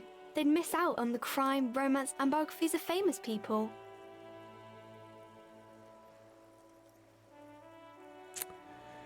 I mean, as much as I want to do the last one, we're trying to... I should have a word with the store owner, maybe. Oh, no, sir. I'm happy to help Mum by luring in customers. Besides, I have some hot juice in my vacuum bottle to keep warm. Shouldn't you be at school or something? I do my studies at home at the moment. I have to help Mum keep this place running. Isn't going to school more important than this? Mum says it's necessary to do both because it builds character. Mum says a proper worker is dutiful. That's how you get ahead in life. You succeed. How's the business going? Mum says it's peachy. She was a little afraid at first. There's talk about this house being cursed. Cursed in what way? Cursed in the way that makes them say that no business has ever really thrived here, sir. That they all go ass up. I wouldn't really say it like that, but I guess so. I don't think curses are real. They shouldn't be, but they seem real. Anyhow, they say that these grounds are doomed for businesses. They're not doomed, but your mother should learn from their mistakes. Of course, sir. What is this crime business? Crime fiction is about murders or burglaries or things like that, and the work of a policeman or a private detective who's trying to solve a crime and catch the criminals. But why would anyone want to read about crime? It's exciting to people, I guess. They get to imagine dangerous things, and it's kind of like a puzzle, where you can guess who the criminal is, or how the good guys are going to catch him.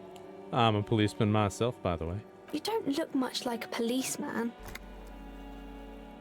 Huh. Well, what does a cop look like then? Didn't mean to offend, sir. Sorry, sir. It's just that you don't look like Dick Mullen.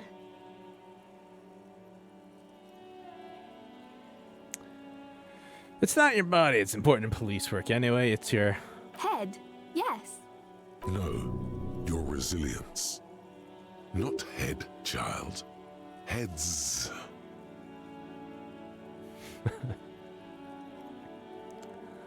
Grit. A total disregard for the personal safety. You gotta take the pain. This Mullen guy looks like he'd run to his mom. Ain't got no balls. That's a bit childish. No, it's a bit too much. I don't want to say that to a little girl. Psst.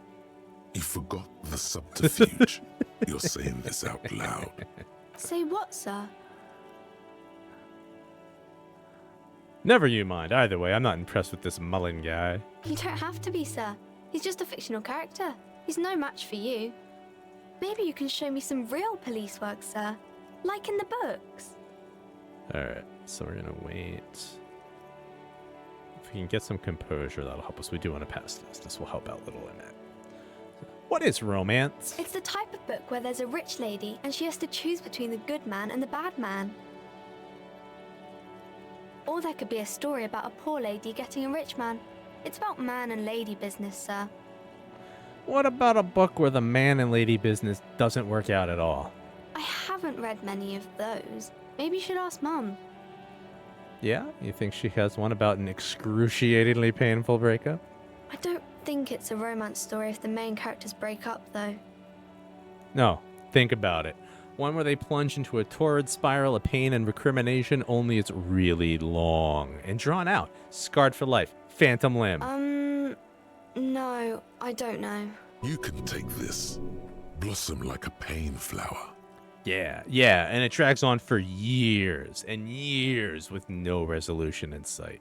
The girl is at a loss for words. Each of you fill in with resentment and bitterness for having ruined each other's lives. She shifts and sways on her feet, looking confused and uncomfortable. Each of you tearing at the other's innards, leaving a gaping emptiness, a vacuum heart that still hunts ceaselessly. Oh crap. Despair creeps into you.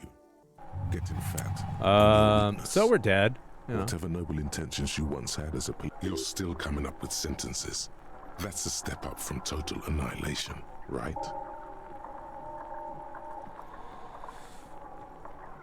Alright. I'm done. No one even likes cops. Yes, it can be difficult to be on the receiving end of so much distrust and outright hatred.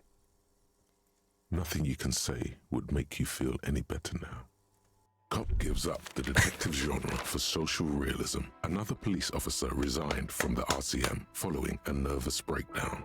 He now lives under a bridge, drinking and occasionally throwing excrement at passers-by, shouting, "I never loved that woman."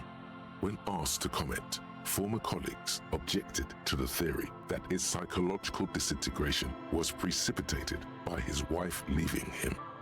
"It's because the Furrows lost that match," said Captain Ptolemy Price, once the man's superior officer. "It's because he couldn't get a big gun from acquisitions, and anyway, police work really burns you out after a while," Satellite Officer Jean-Vic Mayer, the deranged former cop's partner, commented.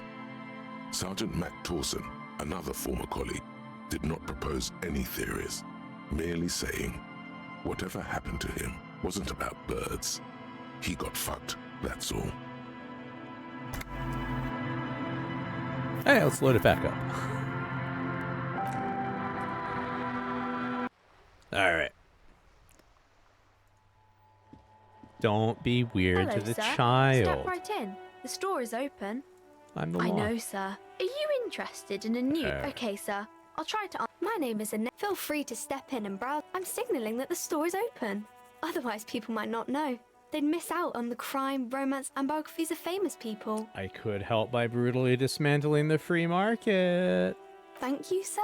I'm glad to help Mum out with the store. Alright, school. I do my studies at home at the moment. I have to help. School, Mum says it's necessary. Mum says business. it's peachy. She was a little cursed in the way that makes them say that no business. Ass up. I wouldn't really say it like that, but I guess so. They shouldn't be, but they seem real. Of course, sir. It's crime business. Crime fiction is about murders or burglaries or things like that, and the work of a policeman or a private detective who's trying to solve a crime and catch the criminals. Oh, I get it. Crime murder gets the people going. And it's kind of like a puzzle too. You can guess who the criminal is or how the good guys are going to catch him. I'm a policeman myself, by the way. The law, as I said. You don't look much like a policeman. Ah, what does the cop look like? Didn't mean to offend, sir. Sorry, sir. It's just that you don't look like Dick Mullen. Wow, look at that guy. I'll never be as good as Mullen. Don't say that. He's not even real. You're real.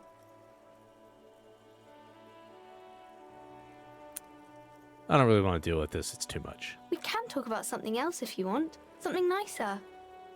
What is romance? It's the type of... Or there could be a story about a poor lady getting a rich man. It's about man and lady business, sir. What about when everyone's poor? That's really not a proper romance story. That's more like everyday life. Sometimes you have to write about real life things. Not in romance books, sir. These are about nice and pretty people, and everyone is happy in the end. Okay, but what about a poor man getting a rich lady? It happens, but usually the guy gets rich in the process. Or should actually be rich himself, but has lost his family property unjustly, like during the revolution or something. I see. Those are unhappy books, for most of the pages. People sad about what they have lost, but then it all turns out just fine in the end. Well, that's enough romance for me. I had other questions. Maybe some about other books? Who are these famous people? Oh, kings and queens and generals of old, or artists and writers, or musicians, those kinds of people. There's usually something extraordinary about them. I think that's why people read them, to find the secrets of their fame. Seems like most people who read those books fail to get more famous from reading them. Reading doesn't make the readers more famous, does it? But it does make the famous people more famous. Well, fame sounds delicious. Maybe someone will write a book about me one day. Why would they do that, sir? Because I'll be a superstar cop in the papers and everything that'll show them. That's so cool. Maybe they'll make you a book cover picture and everything. Standing over a dead body, holding a gun. Ooh. Crime fiction is about murders or burglary. It's exciting to people, I guess. You don't look much like a policeman.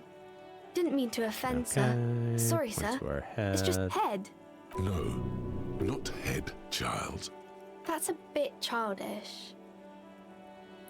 A dick with no balls. Bam! Mullen's no real deal. He's got nothing on me. Obviously, sir. He's just a fictional character. He's no match for you. Maybe you can show me some real police work, sir. Composure. Like in...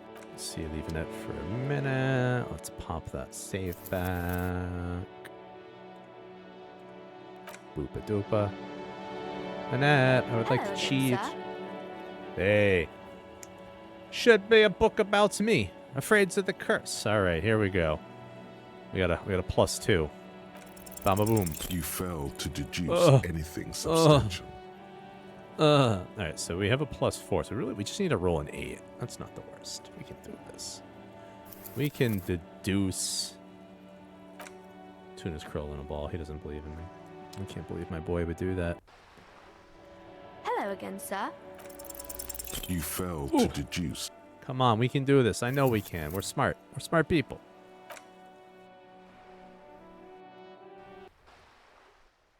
Hello again, sir.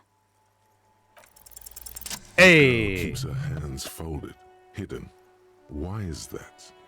Look at that. We rolled the 8, so our composure gives us 10. The modifier gives us 12. We met our check. Hey, why do you keep your hands folded? What do you mean, sir? You don't need to be worried. I'm here to help. She looks around anxiously. Her hands remain folded in front of her. She doesn't want to show them. The lieutenant stands by, looking at the two of you with little interest. It's okay. She brings out her reddened hands, her nails frayed, nearly chewed down to the flesh. You bite your nails. And you knew this from me keeping my hands folded? There were a few other hints. Well, that proves nothing. Anyone could do an easy deduction like that. You want more? I bet I can figure out why you bite your nails. I got a few reasons in mind. She nods, half provocative, half enthusiastic. You're uptight because of your mother and the pressure she's putting on you. Maybe so, sir. Okay, I know it's a bad habit, and I shouldn't. Either way, another ace deduction by the #1 detective in town. It was okay, sir. Ooh, a net. There's more that can be achieved here. Ask her to do the same. You think so? Fine. Do better. To do something about me. You're quite sober. The lieutenant does not flinch at the comment. He does not flinch even a single bit. He is intensely not flinching. Wait. It takes effort. Wait, how do you know I'm usually not? Because you usually aren't. I'm also sad and my head hurts. I'm sorry, sir. I hope things get better soon. There she stands, swaying on her feet, assaulted by the early spring breeze. She smiles at you. The whole situation suddenly feels familiar, somehow. There's something you're missing. Knows the law. Alright, suggestion. Do we have clothes to help suggest? We can't check it. Alright, let's check. Can we help with suggestion? No. That makes it worse. We don't want that. Composure, savoir. Yeah, no. Good as we're gonna get. Alright, let's drop a save. We're trying to get this, like, really cool hat. She's got a really cool hat for us. Hi, Ace Detective. Are you here for more books? Oh, Annette, you little sweetie. Because you know each other. Hey. She's been talking to you so openly because you've talked before. Yeah, not bad. Hang on, so you know me. We've met before? Yes, I stand in this spot all the time. You've been running around all week without your shirt on, sir. Telling people about being a star or something. I don't really understand who those stars are. Did I ever talk to you? Of course, you've stopped by a few times. You certainly look better than the last time I saw you. Thanks, I'm trying. Yeah, I can see. You don't have party eyes anymore. Party eyes? Yes, of course. That makes sense. Party eyes? You know, like a cat in the dark, all big and wide-eyed. It certainly looks odd on a man. The swiveling eyes of a loony drug addict. That is what she meant. You were probably gurning too. Fuck yeah. You should get some party eyes right now. Snap those sequins on you, boy.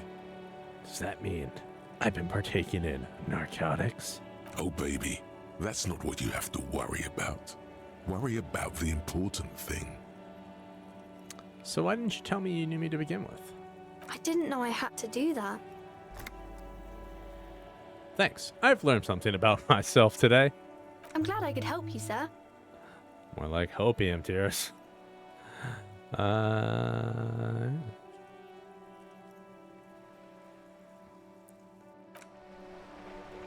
Hi, Ace Detective. Great job, Annette. Now, let's look at these books.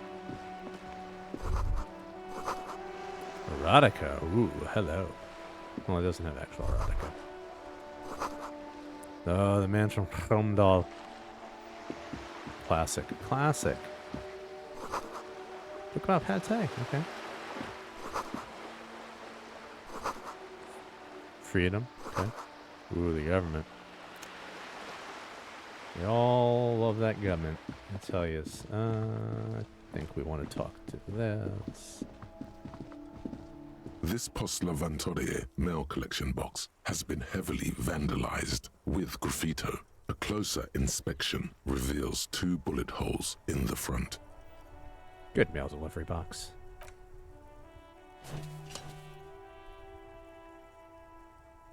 The box seems happy. Eat shit, pig, fucked by the coon, and St. G with a crown have been scribbled on it. Jenny is a whore, and best set mailbox also. Been there, Post-Laventura mail collection box. Been there. The mail collection box seems cathartic, thankful even. So do you. You shudder, then you swallow. And then suddenly, you see it. Over all the other graffitos, someone has, using the tip of a very sharp knife, cut the words, Revachol forever.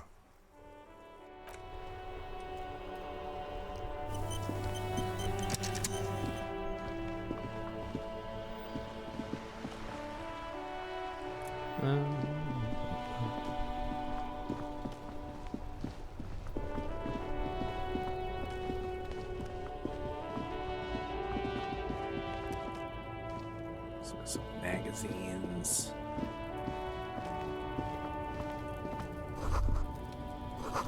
Bodied men. They're more hungry than us. Oh, damn it. Jump jams. Okay, we like music. Ooh, trash can.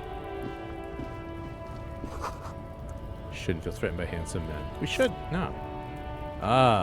Free magnesium.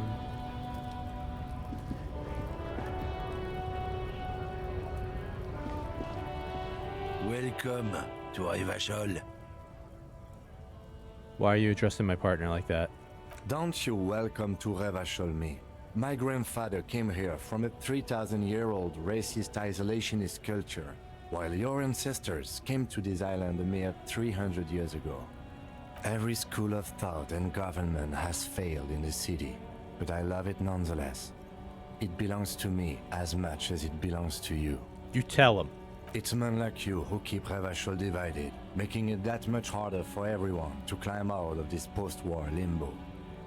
What he means is, fixation on the Revacholian nation makes it harder for Revachol to actually attain self-determination. He's right. You're undermining our best shot at real self-determination. Oh, come on, man. I just said welcome to Revachol. It's a lorry driver thing. I know exactly what you meant. You think my kind doesn't belong here, that I should watch myself and behave. But you see, I'm an officer of the RCM. It's actually my job to make sure you behave. I would advise you to remember that. Silence. The air between them becomes tense. Your partner needs backup. Now's your moment to shine. Fucking A, Kim, I've got your back. You two make a cute couple. You know that? The lieutenant exhales and resumes his regular calmness. Now, if that's settled, we have a couple of questions. Whatever you say, officers. What was that argument all about? It's about biological determinism, natural law, the sorting of the races. Not the most popular topic nowadays, with the coalition in charge and all. You might want to change the topic. That is, bury your head under the sand like common sheep. Change the topic. The way he says it makes it almost sound like a threat. Oh, so you're just a racist. Makes sense. I'm not just racist. Look, I've read books. The science of racial theory has all been proved, even if some people don't want to accept it. People who've studied these things say that you and me are superior by design. So, naturally, we Occidentals should be in charge. Obviously, you can see the merits in that. Right, I've already made up my mind. You want to hear it?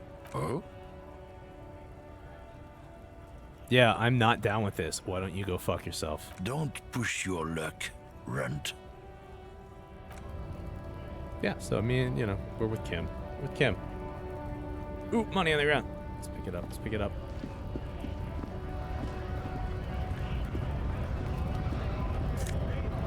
Oh, no, my 32 cents. Wonderful.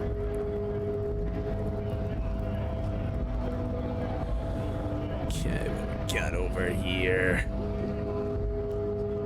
What's this? Fuel, huh? Ooh, money on the ground. Money for us, 60 cents. A lorry stuck in the traffic jam. This big, heavy Grad-made machine is well kept for such an old machine. The windows are clear. They've been recently washed. You can see a lorryman's cabin with personal belongings, stickers, insignia. Okay. The driver has adorned his space with a substantial collection of peculiar paraphernalia. Proclamations about honor, strength, and purity are glued to various panels. Oh, that's the racist man's lorry. The back end of the cabin has a small perch to sleep, large ashtrays. There are several suns and wheels sewn into the curtains. Racist nationalist paraphernalia. Not unusual in this part of town. This is our guy. You think this lawyer belongs to our tough guy? Likely, yes. This guy's proud of who he is. Drapes it all over his machine. He was acting tough before. This probably scared him a bit. Who knows when it will come in handy? A slightly scared, racist lorryman. Good point. Good point. Let's spook him.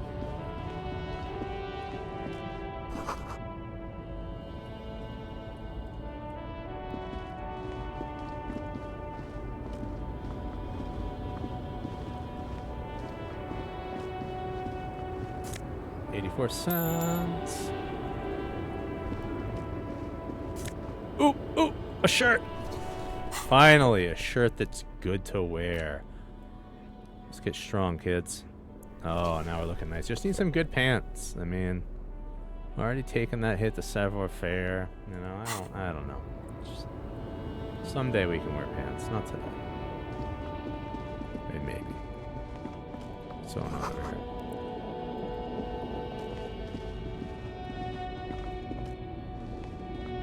An old monument stands in the middle of the traffic island, pointing toward the sea. It looks as if it's been reassembled piece by piece, secured and mounted in the air with the aid of numerous ropes and rods. What is this? A silver plaque on the statue's pedestal reads, "I am Philip III, the Squanderer, the greatest of the Philippian kings of Revachol, son of Philip II, the opulent, father of Philip IV, the insane." What did this king do? Even by the standards of the Philippian kings, old sumptuous Philip was known for his profligacy. In what way? Well, he blew through the whole national treasury, starting the decline of one of the penultimate century's greatest superpowers, the suzerain of Revachol. His own maladministration foreshadowed the fall of the monarchy. During the anti-centennial revolution, an end to his family line and the monarchy on the Insulindian Isola. How did he manage to blow through the entire national treasury? Stories have it that he had his bedroom converted into a treasure chamber, where he stored unfathomable wealth. Krugerrands, bars of gold, ornate weaponry, armor, and various chalices. He called it the Sol Aurum. It was obscene. There were whispers he slept on a huge pile of gold-dipped feathers, like some obese dragon, instead of a bed, like a normal person. I would like to sleep on gold, hustler style. But wait, you haven't even heard about his fabled cocaine addiction. What now? You see, old Philippe wasn't just good at squandering the national treasury on gold and ceremonial weaponry. He was also a prodigious snorter of nose candy. Not just any nose candy, though. We're talking Royal Philippian Blow, allegedly twice as potent as the stuff you find nowadays, and purple. Philippian cocaine was purple. Okay, what is nose candy? Cocaine. This is a lot to process. His Majesty's courtiers said it helped him connect with the higher realms. So he was addicted to nose candy, a bloated druggie? That's what the revolutionaries said. 150 years later, right before they emptied out the royal mausoleum and dumped His Majesty's mortal remains in the Insulindian Bay. Okay, where is he buried now? Beneath the cold waters of the Insulindian Bay, thrown there by the revolutionaries after they cleaned out the royal mausoleum. A group of marble pleurons still surround the king's vandalized tomb. A deathly cold wind sweeps up candy wrappers and old newspapers. What happened to the statue? The original was blown apart by communards, then further damaged during the landing of the coalition's airships during the turn-of-the-century revolution, when Martinez was leveled. Most historians think the coalition's hasty landing may have ultimately saved the statue. If the communards had more time, they would have reduced it up to even finer pieces. Who restored the monument? Some years ago, a group of liberal, artistically inclined individuals, designers mostly, thought it would be ironic to restore the statue of the most wasteful ruler of Revachol in the poorest part of the city. The statue is supposed to capture the moment it was blown apart, like an instant frozen in time, a rare butterfly trapped in amber, floating on a sea of shit. That's brilliant. So funny and nihilistic.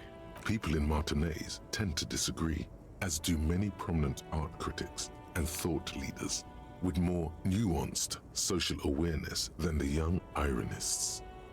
Philip III, the squanderer, however, with his bronze face up in the air, doesn't seem concerned about what the hoi polloi think of him in death. Not that he ever did in life either. Alright, yeah, pretty cool. Human ox. Can't cut through.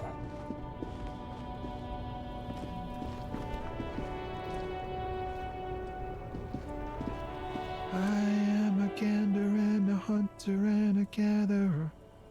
Feel like a traveler. A simple little cadence. He seems to be making it up as he goes. From another planet. Hey there. I'm the law. You sure are, my man. What's going on here? It's the jam, my man. What's the jam?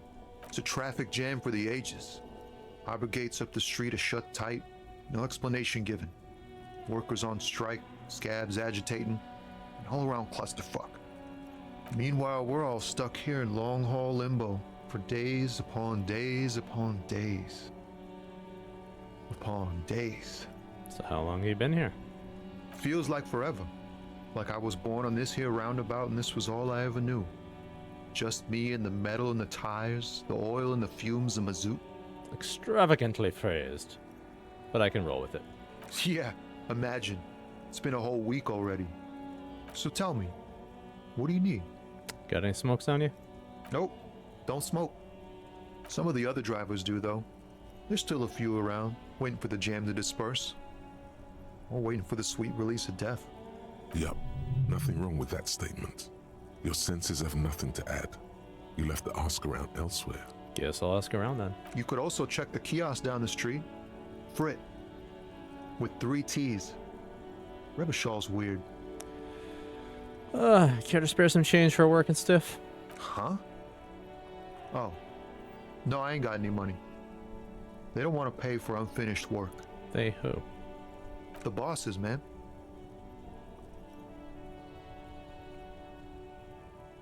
I don't know who these bosses think they are, but that sounds like a good arrangement for them. Yeah, it sure ain't good for me. Or you.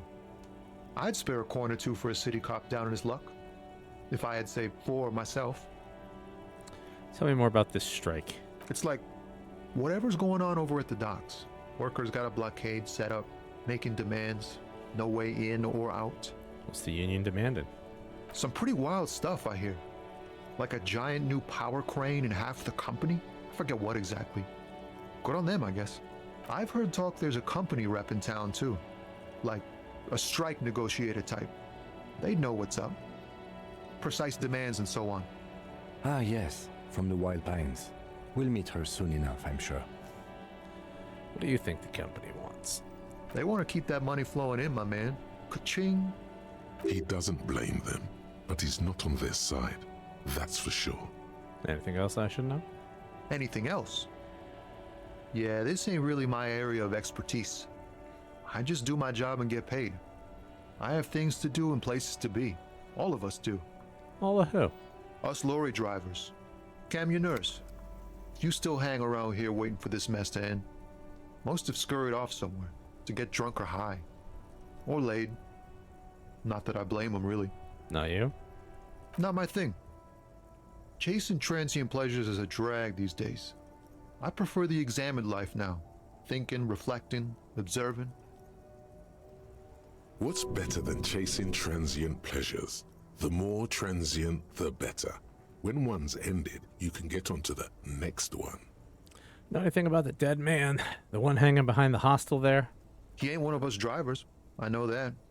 All accounted for. Otherwise, I haven't really asked about that.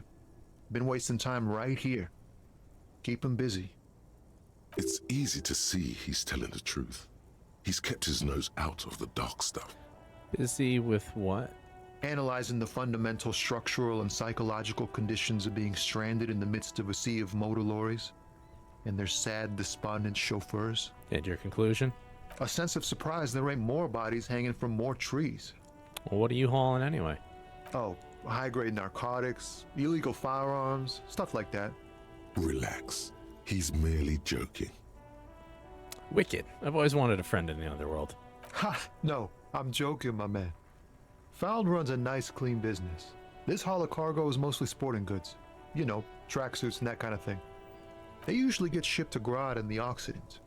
Though we've been making headway in the Il-Moran market lately. That's your machine behind you? This rockin' beauty. Sure is. Like a rash you can't get rid of. You interested in heavy-duty cargo machinery? A motor lorry, also called a camion, on Caillou and neighboring islands. This one looks roughed up enough to be some sort of found rust bucket. Maybe the A6? Thought a found A6 you got there. Good eye, my man. Yup, she's an old one, but reliable. Me and her spent a long time together. So nothing illegal then? Not unless they've illegalized sports equipment while I was on the road. Could I get one of those found tracksuits you're hauling? We're pals and all, but I can't just freely hand out the merchandise. The bosses won't be happy. There's no denying it. Your body needs to feel the touch of some good performance wear. Right, I had another question. The man taps his fingers rhythmically against his arm. I'm good for now. Good talk. Don't be a stranger. Okay, let's go back to the jerk now that we've seen his vehicle. Hey, asshole.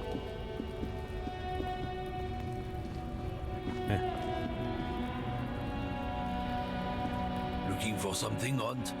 Come to tell me to fuck off again? Gotta smoke? No. He's got a smoke right there in his fucking hand. Then Snatch that shit out of his fat fingers.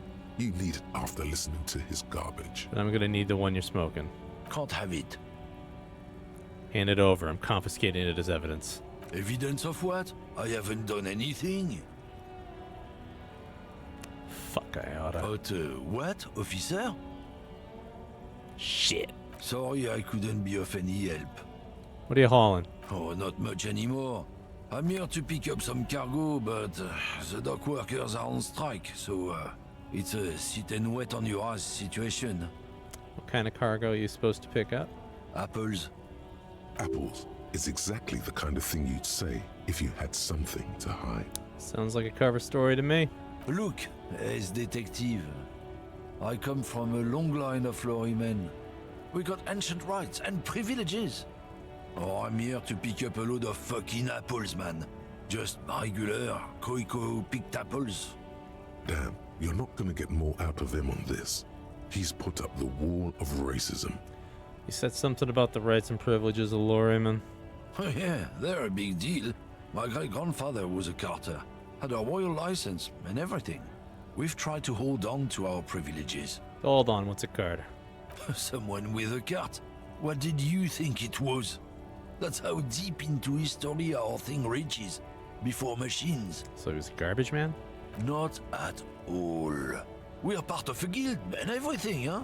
It's very ancient, very prestigious. So it's a kind of union? Hell no. It's a guild. Invitation only. Unions work for the rich fucks. They're basically the same. Been trying to fuck us out of our heritage in the name of profit, but you can't replace experience. Trusting street thugs with their goods is going to fuck them right up the ass. Mark my words. Generations of practice and no laughing matter. We're done for now. Let's go turn in our tower. At the fleet.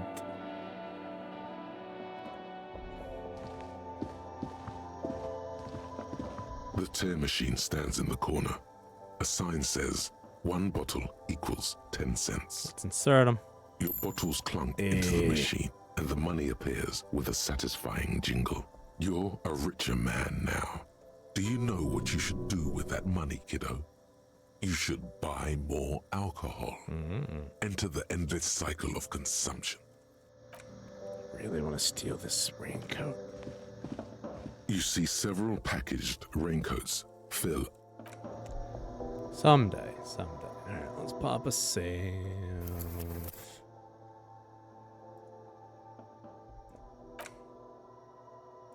Confirm. Alright, I wanted to do 2.5 hours. We're just hitting that mark. That's pretty good. Yes, we can safely quit the game. Alright, thanks for hanging out. Keep this up. In the interim, let's raid out to kindly friends.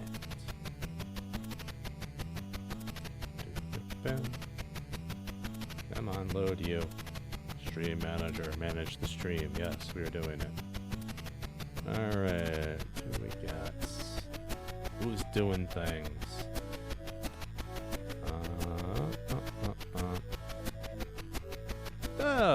We're gonna step back at it again. Alright, there we go. Let us say hello to good buddy.